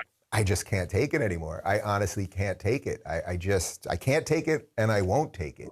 So I'll talk a little bit more about Florida in just a second and some of what we're going to be doing. But I just want to run through, Michael, back up on that for just a sec, would you? Okay. I just want to run through a couple other. All right. So let's be clear here. His husband wears the mask, but Ruben can't stand seeing other people wearing a mask, so he doesn't wear a mask, even though he's probably vaccinated, because otherwise he wouldn't be able to go with all these vaccine passports everywhere, whatever that means. Isn't he disgusted with his husband for wearing a mask? Why does he cut his husband slack about wearing a mask? That's his husband, right? Yep. David? Is that or what? I think so. Is his husband the same name as him? That's interesting. Yep, David Janet. Oh, that's cute. But why isn't he disgusted that his husband's wearing a mask? I don't understand. Yeah, why is his husband buy into the... Is his husband's eyes not dead? Are they not glossed over? I don't understand. I'm confused. When Dave looks at other people wearing masks, he sees them glossed over. They're not even complaining about it. When he looks at his husband, it's fine. Can't blame him for that. You can't blame him for that. And Dave doesn't like other people yelling at him. Well, what about his husband? He's going to take his husband down to Florida, and people are going to yell at his husband for wearing a mask. Yeah, exactly. And I know people in North Dakota who actually don't like the idea that you get looked at funny just for wearing a mask into a restaurant. Here's the thing, folks. The bottom line is you get yelled at or you get looked at sideways more for wearing a mask in these places than not. That's just the reality. But either way, whether you get looked at sideways because you're wearing a mask or you get looked at sideways because you're not wearing a mask. Do what's right. Yeah, and be an adult. Get over it. Are you serious? Very unsurprising that he chose People could be staring at his hairdo, too. He's got like a weird hairdo, I think. He's got to look for a new look. He's a little bit older than he was. He's getting a little bit, yeah. He's kind of been doing the same thing for a while. Yeah, exactly. At one point, you grow out of that, bud. But like, I've just looked at his the titles of his direct messages, and this is just from the last year. Like, Governor DeSantis nukes the defund the police movement with announcement. Some more. Ron DeSantis lashes out and says what needs to happen to Dr. Fauci. Florida will forbid this in schools, and DeSantis isn't backing down. Biden caught sending migrants to Florida. DeSantis' response is epic. DeSantis tears apart Biden's Omicron variant plans using basic facts. So this is all in the past couple of months. In the past couple of months. What do you think the chances are, Matt, that Dave knew that he was moving to Florida a couple of months ago because he's just, he's ready. Like literally, they're leaving now. I wonder when they put the He's house. been talking about it for a while. Yeah, that's a good point. What do you think the chances are of him going like, you know what, we should do a lot of Florida content because I'm moving down there, not because hey, this is really important. Oh my God. Okay, we can get some FaceTime with DeSantis. I wonder where in Florida he's going to be. Do you think it's going to be Palm Beach, Boca, Miami, or do you think he's going to go to like the Panhandle? Do you think he's going to go to like? No, I think he's got to go on the Miami side. Of course. Yeah. I was joking. Do you think Dave Rubin is going to go to the what do they call that? The redneck Riviera? I don't think so. Even though that's where the real Americans are, dude. That's where your people are. Yeah, in the Florida politics, the headline, this is floridapolitics.com. See you soon, Governor Ron DeSantis. YouTuber Dave Rubin moving to Florida. That's such a weird thing to do on a move, is to make it all about the governor of that state. Of course. Because once you're governor forever. Yeah. Barely beat Gillum. It's just honestly, like literally, like this is like, if there were political YouTubers in 5th grade, this would be their understanding of politics. Can't wait to see the Miami set. That's going to be great. I'm very excited about that. That's not fraud. I ran late today. Did you talk about Glenn Greenback turning his back on Lula da Silva for running a Joe Biden-like campaign? There is a Brazil Wire piece where him and Miranda are talking about Gomes, Ciro Gomes, who's like a sort of third way type of a candidate, and it looks like I think they might endorse. I don't understand the Brazilian election system. I think there's like a first round, a second round maybe, and I think the way they might say is like, well, vote for Gomes so it can be maybe Lula versus Gomes in the second round, but like Lula might just beat Bolsonaro in the first round. You should clearly just, from my understanding, vote for Lula. But a lot of people predicted that he would find a way to not endorse Lula. Pretty shocking. Pretty shocking. Calling from a 651 area code. Who's this? Where are you calling from? Hey, Sam. How's it going? It's going pretty good. Who's this? Where are you calling from? This is Brian calling from Minneapolis. Brian from Minneapolis. What's on your mind? Just wanted to briefly talk about a couple of things happening in Mexico right now. Oh, did you send me an email? Yeah, I did. You know what? I have it right here. You sent it just the other day. Yeah, okay, yeah, please go ahead, because I didn't have a chance to dig into all that stuff. What's happening down there? No problem at all. Just glad I got through. For one thing, there's a lot into it. I don't want to take up too much of your time, but there are quite a few villages down in Chiapas that are Zapatista villages or neighbors of them that have been having these brutal, violent attacks by paramilitaries. Wow. That are, I don't want to get into there's no like evidence that they're funded by the government or anything. I wouldn't claim that. but it's absolutely for certain that both the local and federal government know about them and are actively doing nothing. The most recent one just on the 29th of November, they attacked a village's only freshwater well. They brought in a tractor, dug a 50-foot trench to drain it. So the cattle started collapsing from dehydration. They also took hose and tore up the field. And this is especially difficult now because I don't know if you guys are aware, but the Zapatistas have sent over 100 people on a delegation through Europe to try and build solidarity with place in countries all across Europe. So a lot of people are gone. And yeah, then there was also just last month, they set fire to a local high school.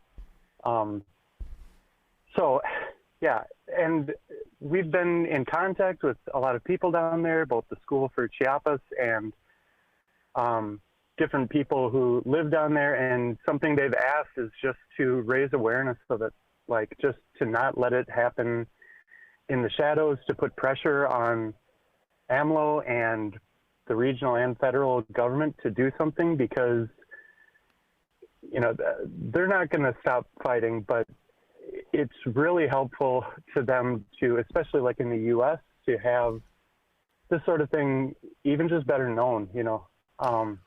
Will you just, and I don't know if people understand why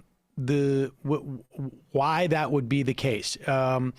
Chiapas, for people who don't know, is largely, it's in the south of the country. I think it borders Guatemala, and it is it's a lot of indigenous people in that area, and it's also obviously where the Mexican Revolution more or less started under Zapatista. I mean, Zapata, and thus the Zapatistas. But why would there be would there be attacks at this time? So a lot of it has to do with, ORCAO is one of the major paramilitaries, and they are in the coffee trade, right? And that is a big part of it, getting more land, dispossessing people of the land. The other major factor going on right now is AMLO's mega project to get the Mayan train going through. I don't know if you've heard much about that. No. It's like this massive project to put basically like railways through the jungle to tear up dispossessed people of land and make it a tourist area. And there's also a lot of oil production out of there too, isn't there? Yes, mining and things like that. And so to get any kind of disruption, whether there are casualties or whether it's just immiserating people and trying to force them. One other thing I just briefly wanted to mention, I don't want to do too much of a plug, but I'm with a small group called Taller Ahuete, and we've been, I know Substack sucks, but right now it's our... I don't mind Substack at all as a medium. Well, and our Substack is free. We have a YouTube channel thing, but have been trying to both bring a lot of awareness to this sort of thing, and especially amplifying voices from Mexico. So I'm the only American born in our group. Everyone else is from Mexico and either lives there still or has family. But to amplify voices, so we translate a lot of things from journalists in Mexico or translate things from English to, to build more of a connection, more solidarity. We have roundtables and things, but all right. Well, let me give your Substack. Yeah. And we'll put a link to it. It is AUHUE.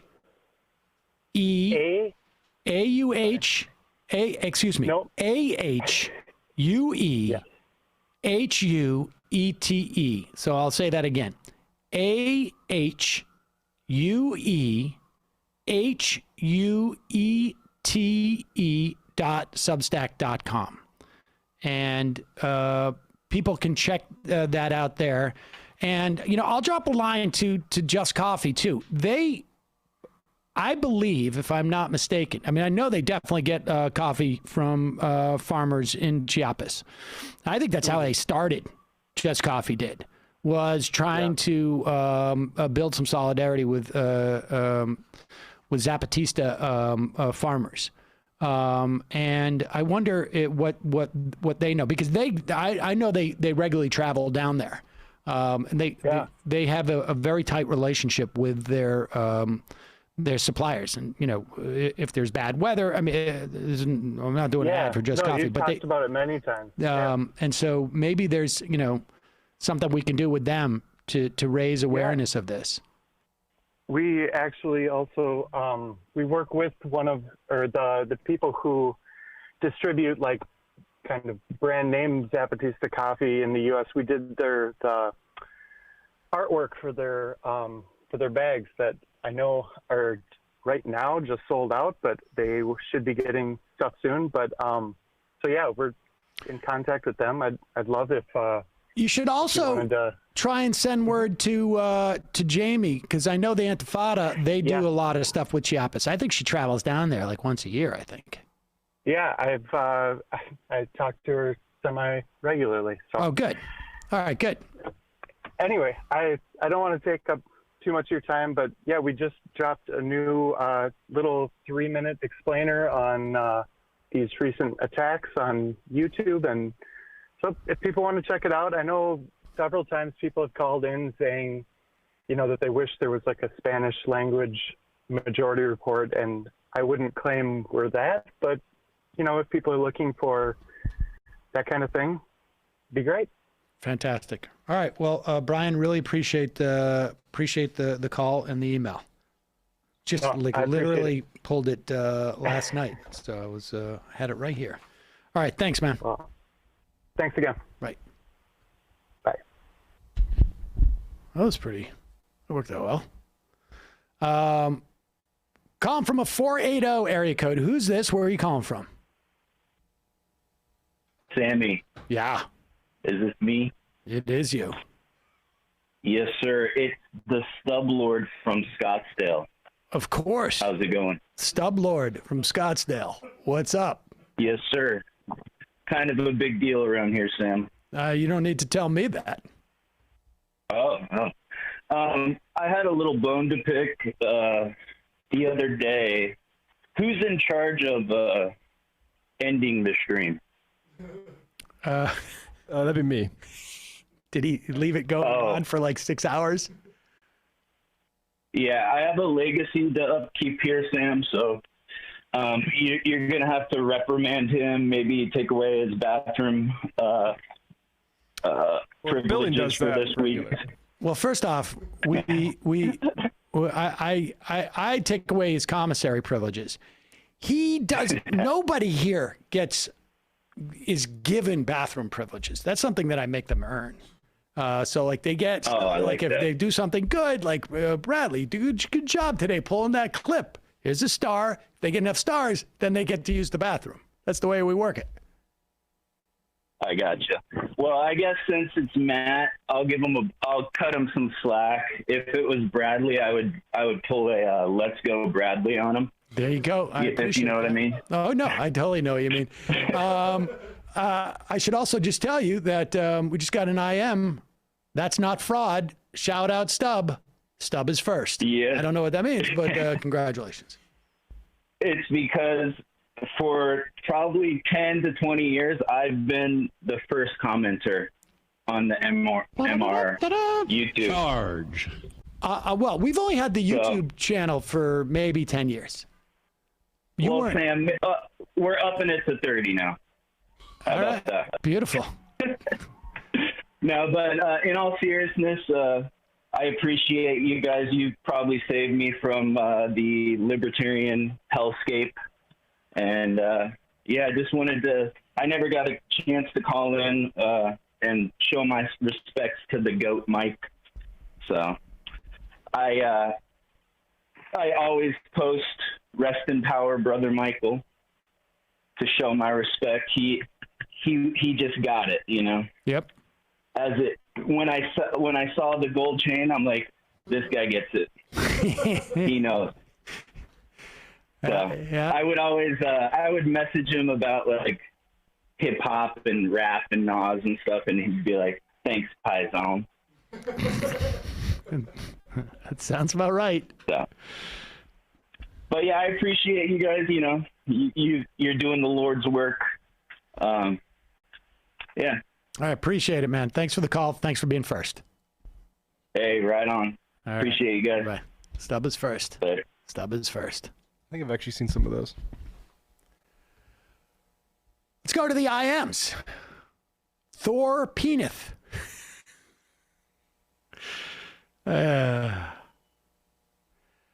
Kyle Rittenhouse is the son Steven Crowder's dad wishes he had. Hashtag changed my mind. That's why he was doing that weird line of questioning about women trying to prove he had more sexual prowess than an 18-year-old, so daddy would see he's a real man. Yeah. Even though he never uses that strap-on he wears to do murder. So absolutely. Oh, you know what? It never occurred to me that that dynamic might be in play. Like, here's a guy who actually went out with his gun and shot somebody. Yeah. And all Steven does is just wear his strap-on under his arm, his strap-on holster under his arm, and he never whips out his, his toy to shoot people. Yeah. But then he's got to like, there may have been like a bunch of like fake alpha stuff going on there. Yeah. Yeah, it's like if you had a dad that was really into basketball and then like somebody who was really good at basketball stayed with you and you just sucked. Right, and you'd have to be like, hey man, is it basketball? Look at how heterosexual I am. Yeah, I love basketball. I'm so heterosexual that I still like, make the big breast comment, like signals when I'm in my 30s.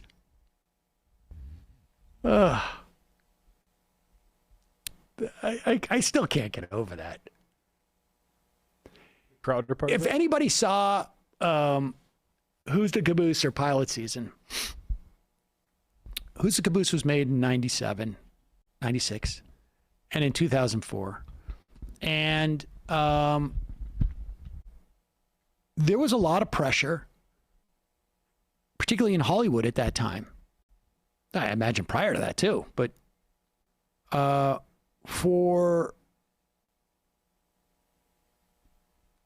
I imagine also for women, but for gay people to be in the closet.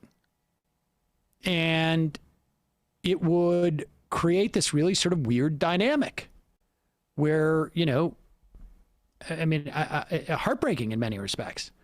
But where, there were guys, that I would know that they didn't know if you were, they didn't want to be out or they didn't, whatever. I mean, it was, there's still obviously this closeted dynamic that exists in this country, but it was far worse then.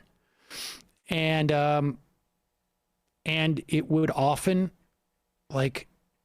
lead them to attempt to assume, and I'm sure this is true of, a bunch of guys, but, it just wasn't, to assume that we're going to talk about how hot, some woman is or something. And it would always be very uncomfortable because I'm not that, I don't regularly engage in that kind of, it's not locker room talk. Yeah. I mean, to the extent that I ever did, it was always just with my comedy friends as a parody of that. Yeah. And to see someone in this day and age talk like that as a grown man, it's just it's jarring. A dame with tracts of land on her chest. Remember in 40-Year-Old Virgin, the bags of sand? That's reminds me when I said tracts of land. It's just I just honestly, it blows my mind. I've really got to deploy this thing where I say publicly to this guy, I'm really interested in a big-breasted woman. Yeah. So that I could, we can bond. Wait, what? And then to be no, but seriously, what kind of woman do you want? What? Even that part's weird. It was all so weird. But it's just also imagine having a, wait, what? Why? Why are you even asking that question? Like, just broadly, like, what? That's your interview with this guy? I'm 18. I just this got killer? like charges for murder. Yeah, I'd like a big-breasted, big-butt woman, I guess. Like, what do you do? What? It's great content. So bizarre. And we have a Rittenhouse update. We have a Rittenhouse update. Oh, God. What is it? He was speaking at at AmFest, the TPUSA, of course. Yeah. Yeah. Confirmed Speaker Kyle Rittenhouse. Yeah. Look forward to that. Just to be clear, he killed 2 people. Yeah. He killed 2 people. I mean, you know what's going to be really, really, in about 10 years, right? When this catches up with him mentally, like, you know, this would be the time where you would process it on some level to the extent that you could, that like, oh, I killed 2 people. I didn't go to prison. I got away with it, you know, whatever. But I killed 2 people. Killed them dead. Shot them. I made a decision to go down and protect the Piggly Wiggly with my semi-automatic weapon, and I killed 2 people. And do I need to, like, even emotionally reckon with that? Nah, not really. I'm just going to go on and be famous because of it. Like, it's not even famous, not infamous, famous. I'm going to go among people like Steven Crowder and Charlie Kirk and probably Trump Jr. and I'm going to be a celebrity. This is how I'm going to get my celebrity. What's he going to do in 10 years when no one cares about him? 5 years. Is he going to have to go out and, like, maybe I could go out and kill 2 more people and get famous? I mean, honestly, mark my words right now. I don't know if I'll be around when this happens, but when whoever it is who's hearing my voice, who has their own little YouTube show, you know, when you see the report of, like, Kyle Rittenhouse arrested for, shoplifting, and, you know, the police report suggests they found X amount of meth on him or whatever it is. Like, this is a Daily News article. George Zimmerman event canceled by Idaho Hotel after learning the man who fatally shot Trayvon Martin was speaking there. That's from November this year. So that's something to look forward to. Zimmerman never got the, I mean, he got some of it, but they've, you know what the problem was? I think I know what one of the problems was. I think you and I have both the same idea about the problem. Not quite as doesn't it quite have the hue, the aura around him that Rittenhouse had. There's something off about. Yeah, Zimmerman just a little bit, little shady. Yep, that's what it was. Mike from Ohio. Hi, hey Sam, I just want to thank you for the show. I think you're a great host, and your show has helped introduce my right-leaning dad to more progressive ideas. We now enjoy talking about your show quite often. Now for our question. I'm not sure who's in charge of merchandise, but can we get a shirt that has broadcasting from the industrially ravaged Gowanus Cal in the heartland of America? Leftist. Oh, that's a great idea. That's a great idea. Yep. Jenna from St. Louis. Why did we elect this guy? Shout out. Sorry to shout, but Jesus. I don't know which guy you're talking about, but probably Joe Biden. Yeah, well, because he's not Trump, and that's probably going to be the that's the high water mark. Yep. Libertarian. Welcome to Abstraction Island. Give a man a fish, he'll refuse to be coerced for a day. Teach a man to fish, and he'll refuse to be coerced for a lifetime. Man shovel. Without filibuster reform, how is any voting rights legislation going to pass the Senate? Demming. It's not. You know, Warner came out for the filibuster, but, you know, it's hard to know whether he's just come out for the filibuster because he's, Manchin said, like, don't worry, not going to be an issue. Not going to change it. We'll see. Ryan Cole, clearly the Dems in the Senate think Joe Manchin will be visited by 3 ghosts on Christmas Eve, and Joe will realize the error of his ways. Is there anything that Reagan didn't totally F? I think we can all be pretty sure that Dave Rubin's husband has the deadest eyes in the world. Ben's dry elbow pasta. As someone who works in retirement plans, employers can and will maximize their own tax shelter while minimizing any contribution towards your retirement plan. Employers want the reputation of having a retirement plan, but it will fight tooth and nail to avoid paying into it. Cracker, please. Okay, I can't read this whole thing, but I'll read a paragraph or so. Hey, Majority Crew, I'm an immunology postdoc here in New York City working on COVID-19, and the Omicron variant is looking very bad. Not good, folks. Yesterday, Cornell closed its campus after having more than 900 cases over the past week. If you're vaccinated but haven't received the booster shot, now is the time. I'm taking Mila to get her booster right now. I mean, right after the show. In fact, we got to make sure that we end by 2:30. Over the past few days, multiple labs have been reporting their initial findings on neutralizing antibodies against the Omicron variant, and one of the best indicators on whether or not you are protected from infection. One of the best indicators whether or not you're protected from infection. It's looking like the only groups of people who have neutralizing antibodies against the Omicron variant are those with the booster, 3 total immunizations, or those who were naturally infected then vaccinated. Without the booster, you are likely to still be protected from developing severe disease or being hospitalized, so that's some silver lining.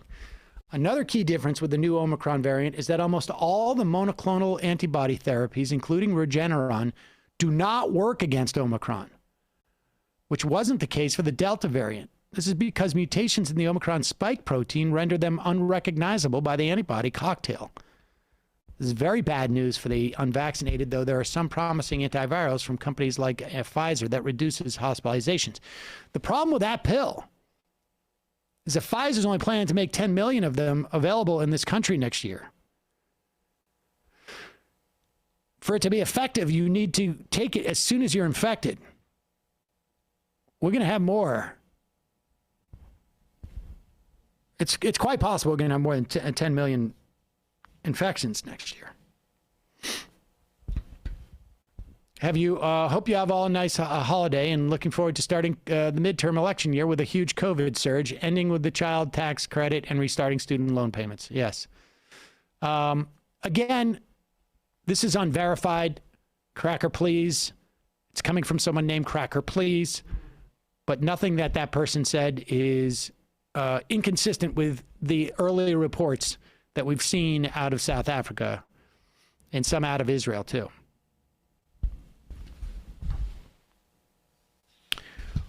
Folks, maybe on Friday, Bradley, make a note of this. Every year we try and re-up the War on Christmas video.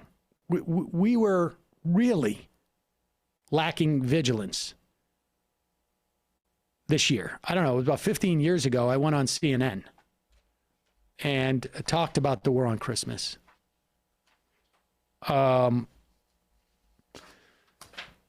I'm, of course, Jewish, and so the War on Christmas comes naturally to me. Other people are a little late to it. Let's check in with the Pope of the Jews, Ben Shapiro, who is a fundamentalist. And many times, in my experience, as long as you're a fundamentalist, it really doesn't matter what you believe in, unless, of course, you're Muslim. You can find solace in all sorts of fundamentalism. Here's Ben Shapiro. Alrighty, It's a Wonderful Life, which isn't just the best Christmas film, it may be the best film. It's a Wonderful Life. It's an amazing, amazing movie. Obviously, it requires very little introduction. You got Jimmy Stewart, you got Lionel Barrymore, and a cast of thousands. And the entire film is a play on A Christmas Carol. The first half of the film is really, really dark. And people forget how dark the performance that Jimmy Stewart gives in this film is. So Jimmy Stewart was famous for being sort of slapsticky and very Jimmy Stewart. In this film, he gets angry, and when he plays angry, it actually works. Jimmy Stewart, underrated actor, and Jimmy Stewart is this guy who feels hemmed in by life, and he's started this bank, and now he's lost all the money because his dumb uncle. Pause it for 1 second. Let me just make this clear. Jimmy Stewart was not underrated. He was one of the most famous, like, celebrated actors of his time. I think Ben's just mad that people in 2021 aren't still talking about him. Exactly. Now, we should also say the best part about this was it showed the problems with the banking industry and financialization.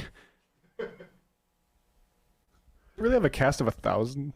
They may have had cast of thousands. Probably not, but maybe. But here he is. Let's continue on. It actually works. Jimmy Stewart, underrated actor, and Jimmy Stewart is this guy who feels hemmed in by life, and he's started this bank, and now he's lost all the money because his dumb uncle, who's a drunk idiot, has lost all the cash, and Lionel Barrymore is taking advantage of him, and he thinks about killing himself, and he's convinced not to by being shown what the world would be like had he not been born. And then, of course, the community comes around to save him. It is the ultimate Christmas movie. It's about forgiveness. It is about community.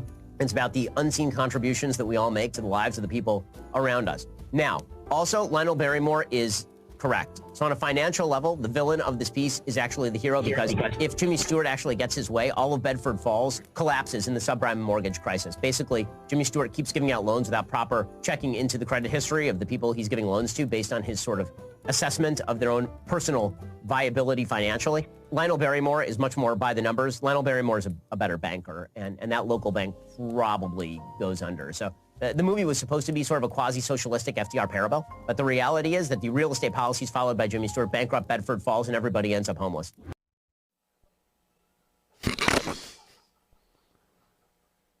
The thing is that it would be easy to assume that Ben is joking, that he's trying to make a funny joke. But I think he's just so relentlessly afraid that, wait a second, people realize the over-financialization and the draconian power that banks have, and that the leveraging of lending and the creation of debt is disciplinary in many respects.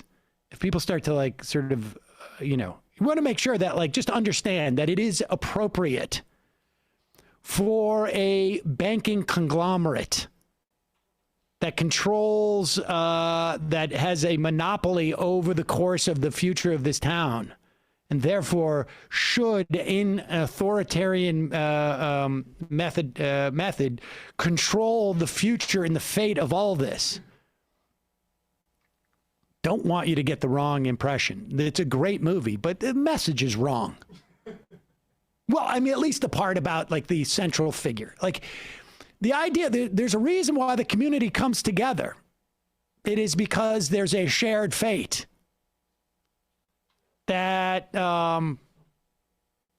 really maybe there should be some measure, some functioning of society coming together and helping people, despite the fact that their credit rating may not be good. I wish he was kidding, but I don't think he was.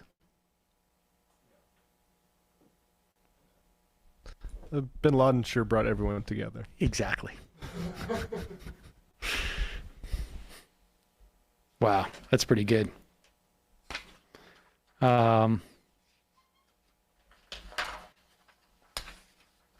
Oh, God. Should we do one more Steven Crowder? All right, let's do this.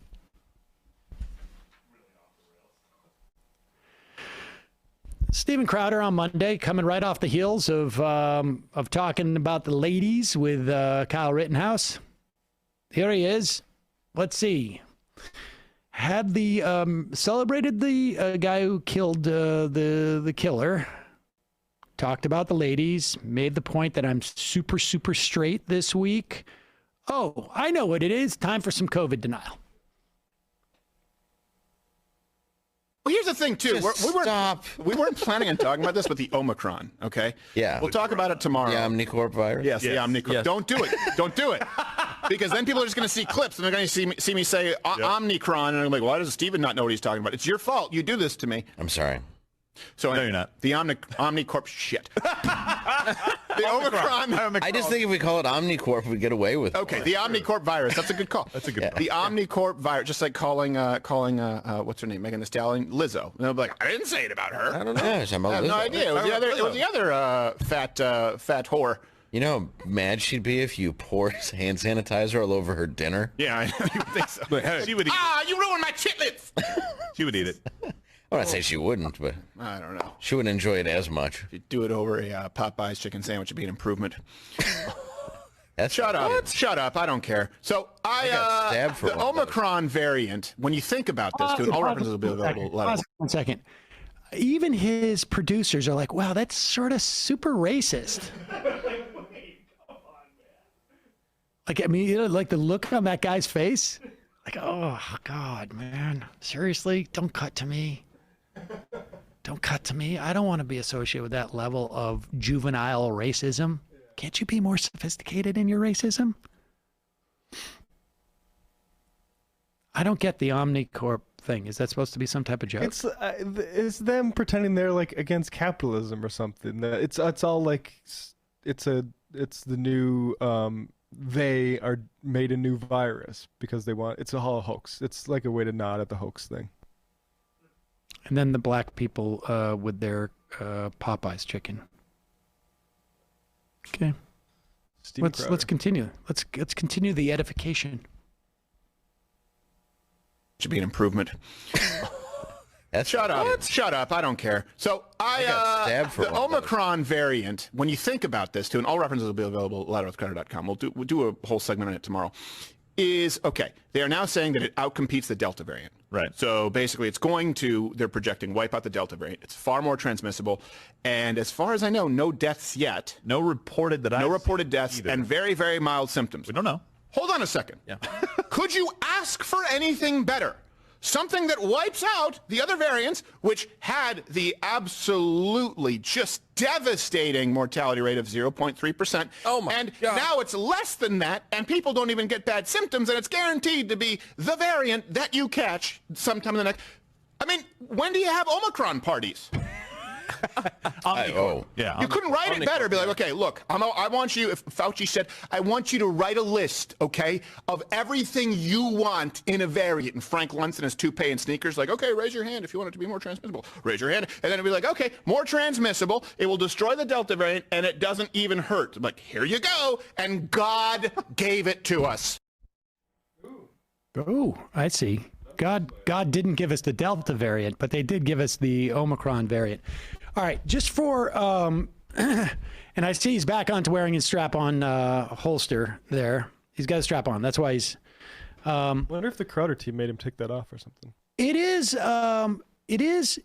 conceivable. I don't know. I don't know that nobody has died of the Omicron virus yet.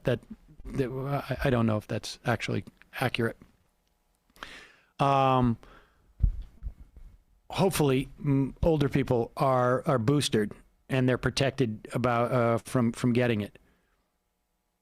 0.003, whatever number that he was talking about, the death rate. You have 800,000 people have died in this country. After all these people spent the early moments of the pandemic saying this is going to be like the flu. 800,000 people. 800,000 people. That is like 200,000 Benghazis? Does that translate more? 200,000 Benghazis? 5 million orphans. 800,000 people have died. And the fact of the matter is that the more people who get infected, even if it is less virulent, the higher the death totals become. The death rate may go down, but if more people get it, it doesn't matter. Also, if more people get it, the more chance it has to have another evolution. Of course. I mean, his fantasy is possible, but it's a fantasy. It's possible.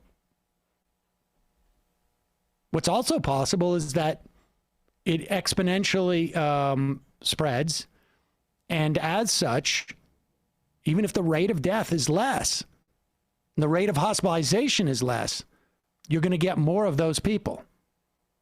And let's also be clear that when, you got Michigan, I think New Hampshire for a while, Wisconsin's now looking at it. When these hospitals fill up and you exhaust the healthcare workers, people are going to die from other things that they're not dealing with health-wise. I mean, it's so amazing.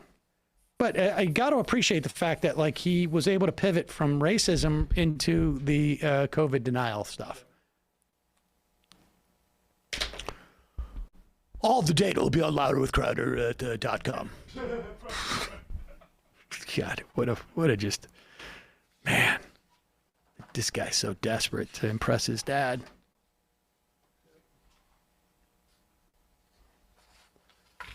Dave the Dave. All right, we got time. Well, let me do Dave the Dave, and then we'll take one more phone call.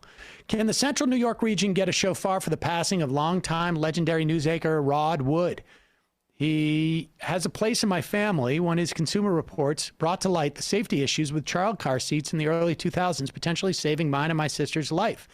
He was a staple in the local news. He will be missed. Left his best. Also, like to add, he was honored on the floor of the U.S. Congress for his years of service. Sure.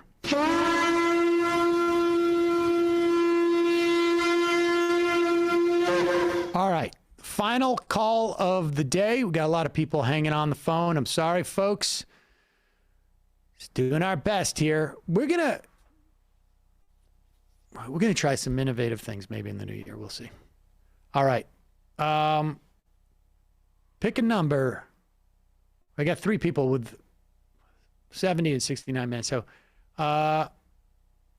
pick a number between 1 and 10, Bradley. Okay. Tell me. I'm not mind reading. What is 7? 7? Perfect. Calling from a 747 area code. Who's this? This is Cy from Los Angeles. Cy from Los Angeles. What's on your mind? I was going to say something horrible, so I'll just say something nice. Have a great day. That's it? No, all right, fine. You just got to check on something about China different than what you've been saying, because it's kind of wrong what you've been saying. I'm so sorry. Have a nice day. All right, that was unfulfilling. I don't even know what that meant.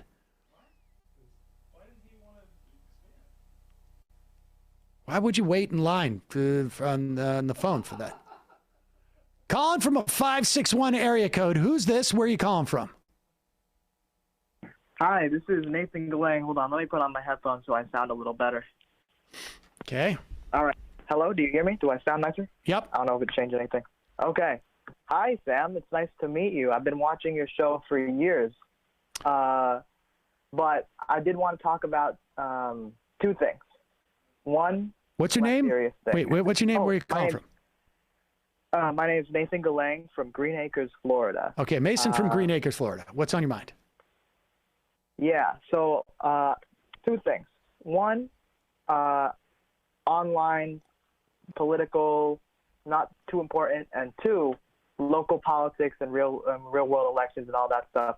But first one, I'm sure you guys interacted with a lot of the Jimmy Dore left, the dumb left, as they've been called.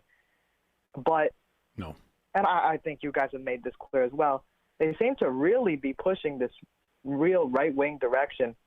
But it's so sad seeing, like, real people or formerly real people go hard on this grift, and they change their personality 180. Recently, I had a debate with this guy, Jackson Hinkle. I don't know if you heard of him. He's just an orbiter. And I asked him a simple An arbiter? Yeah, a Jimmy Dore orbiter. That means, like, they're in the orbit of Jimmy Dore. They just follow the trends and all that stuff. Okay. Anti-vax, all that, anti-justice Dems. So I asked him, because he knows people in the People's Party. He supports the People's Party. Is that People's Party still around? I haven't heard much about them lately. Honestly, they're a glorified email list. That's all they are. Okay. I asked them, do you guys have any campaigns ready? Do you guys have anything? Surely they must have a candidate by now, right? I mean, how was... Yeah.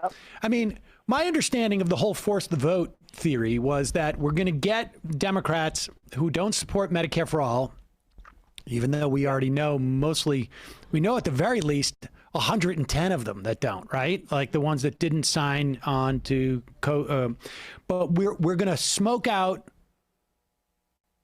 I guess, them. I mean, because if you know it's going to fail and you've already signed co-sponsored the bill, why wouldn't you vote for it? But maybe there was one or two who wouldn't. And they're going to run primaries against those people. Surely they have at least a couple, like 1, 2, 5, 10 candidates that they have at this point. That was a year ago almost. Yep. That they are ready to primary those Democrats. I'm all in favor of a primary of the Democrats. And you're telling me they have none? Yep. He replied with my 2 questions for him. I asked him, you guys have any candidates or any ballot access? And he said, no, we don't have any candidates. I don't really keep up with the party leadership, even though I know the founder and I know all the leaders that I promoted and all that stuff. I don't know anybody that's running. And then he also said, oh, we don't have ballot access because that's really hard. You have to get a lot of signatures. And it's almost like you're running a party. So no, of course you're going to have to put in the work. What are you doing? Yeah. I mean, listen, I certainly on a local level and even in terms of in terms of primarying a lot of these Democrats, well, I would primary all of them, frankly. I think that's a very healthy thing, and a lot of times, well, not a lot of times, but sometimes you win, and that's good too. But if you don't have any candidates and you haven't developed any of that, then it was never a plan in the first place. It's almost like the plan was to be failed by the party and to squawk about it. Right. All right, but I mean, whatever. Yeah. I mean, whoever. Whatever. I mean, I'm not even sure that they're the dumb left anymore as much as they are just the dumb. Frankly, they're just extensions of the right, essentially. Yeah, I mean, I think they're just it's a different sort of like I don't know. It's just a branding exercise that is may help them with their shows or whatnot and their Patreons or whatever it is. What was the other part? What was the real part? Yeah, that makes a perfect transition to my other subject. I'm actually running for local office in my city, and it's a lot of momentum. I'm going to have a kickoff party later this week on Sunday. And I think it's interesting because I went through that process of qualifying. It's a bit complicated. It's a little overwhelming, especially for new people. But I'm in a nonpartisan city. So even though I'm a Democrat, I don't have to be approved by the party. I don't have the primary. I'm just in. Oh, good. I just need to talk to people. People have reached out. Different groups have reached out. A lot of stuff. It made me realize these people, if they were serious, why are they not running in these local elections, these smaller elections where they have towns of like 40,000, nonpartisan, all that stuff, where you have a chance, where you're not tied to the D or R next to your name. But then they're not serious. And you're building a political base that you can migrate. I don't know what your plans are, but you win locally. Then maybe you run for Congress, or maybe you run for state Senate, and you run for Congress, and you're building a base. And at one point, you have an asset that you can bring to a party and leverage their support because you have support, pre-existing support. I mean, there's good for you. Well, do you have a website or something like that? We can plug it. Yeah. Here, I'll get the link to that. I'll put it in the chat. It's nathangalang.polyengine.com. I'm putting the donate link in the chat because I need that. Okay. Obviously, not a lot of big money coming in, but that's okay. All right. I'll put in the work. That's the most important. All right. Well, good luck. Keep us updated. Send us an email. Absolutely. All right. Bye. Yeah, for sure. All right. Thanks. Thank you for having me on. Appreciate it.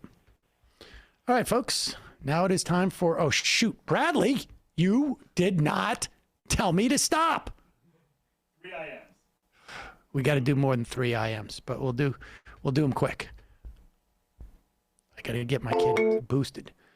Prairie Fire Kowalski. Howdy, Sam and MR crew. In Prairie News, the Upper Plains bracing for what is described as a historic weather day. We're seeing record heat of near 70 and are expected to see 70 mile per hour gusts around sunset with sustained 45 mile per hour wind for a few hours combined with a powerful thunderstorm.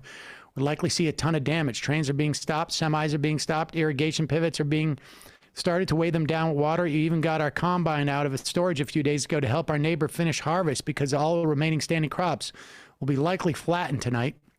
Schools are closing early. Storms will move east towards the Great Lake. If a fire breaks out in Kansas or the Dakotas, there could be little we could do to stop it. It's unlikely due to the minimal snowfall recently, but things are fairly dry. I'll keep you posted. Left is poggers. I would imagine that's a lot of like tornado potential there too. Like the wind shear. Oy, oy, oy.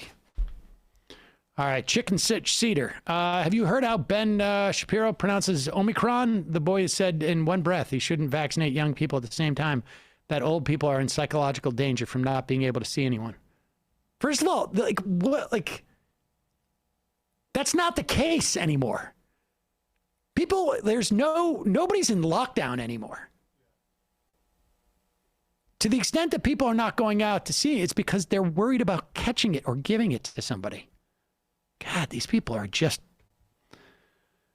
Zach from Orlando. Hey, Sam, I'm kind of a bad situation. Can I pick up a part-time job gathering coconuts on your island? No hobo. Hey, shut up. What the F is wrong with Morgan Harper? Today is the second time I've seen her promote Bitcoin as a means to solve poverty. Is she serious? I don't know who that is. What? She was a great Senate candidate in Ohio. I think if it's Morgan Harper? Is that who you're talking about? I don't know. I'll check that out. I don't see how that's the case. No hope and fear. Last week with Andy, you were talking about conservative comedians. Whatever happened to Jay Johnstone? We never got any closure on that. You know what? I have not heard. Rabbit from Boston. Great interview today, Sam. Coming from a 26-year-old, I can say from experience that labor organizers do need more education and retirement plans. When I worked as an organizer, retirement was never a big topic. And even though I was 22 at the time and never had a 401k or other plan, I should have known this stuff. Yeah, it's really, really important. It's easy not to know it. Chad Hutsquat. How many pee bottles are stored by your producers, Sam? Well, I mean, it's up to them. But every month I give them some adult diapers. They get a supply, and or they can earn an opportunity to go to the bathroom. MSNBC Cedar, Build Back Never. No student loan debt relief or continuation of payment pause. Going to focus on VRA when 10 GOP won't come over. In Manchin and Sinema show no indication of filibuster carve-out support. Are we at the Biden lame duck period already? I think pretty close. Build Back Never, no student. Yeah, okay. Exactly. 4 more. Wyoming Ryan. The railway in Mexico system is also going to destroy countless ancient pre-Hispanic sites. Many are yet to be discovered. The railway is essentially using an ancient highway system that served as a commercial hub connecting communities along the Yucatan for eons. Bob. George Zoomerman. Binyamin. The Canadian government has just announced new guidelines because of Omicron. They are recommending against non-essential travel. It also seemed like school will be switching to virtual in January in my province in Ontario. Ay. All right, 2 more. Sammy Key released the Gorka texts. And the final IM of the day, Freddie from Framingham. Sam, thanks so much for the shofar 2 weeks ago that my wife requested for my heart surgery. Recovery at home is going well, but while I was in prep status in Boston, my roommate in his 60s was visiting from Canada with his wife, and they were very much wanting to get him stable enough to get him back over the Canadian border before his heart surgery. Through eavesdropping, it was a huge life lesson for me about the differences between socialized medicine and for-profit America, especially when the other side of the curtain, I heard the wife say to the hospital liaison, "We don't want to lose our house." Oh, I see. I see. Matt, Bradley, good job today. Emma should be back tomorrow, hopefully. Testing negative. See you then. It might take all the strength I got to get to where I want, but I know somehow I'm gonna get there. I wasn't looking when I just got caught between the truth and the light bar, but finding out won't make me feel any better. Yeah, I know the clock is ticking, but the meds are gonna kick in, and my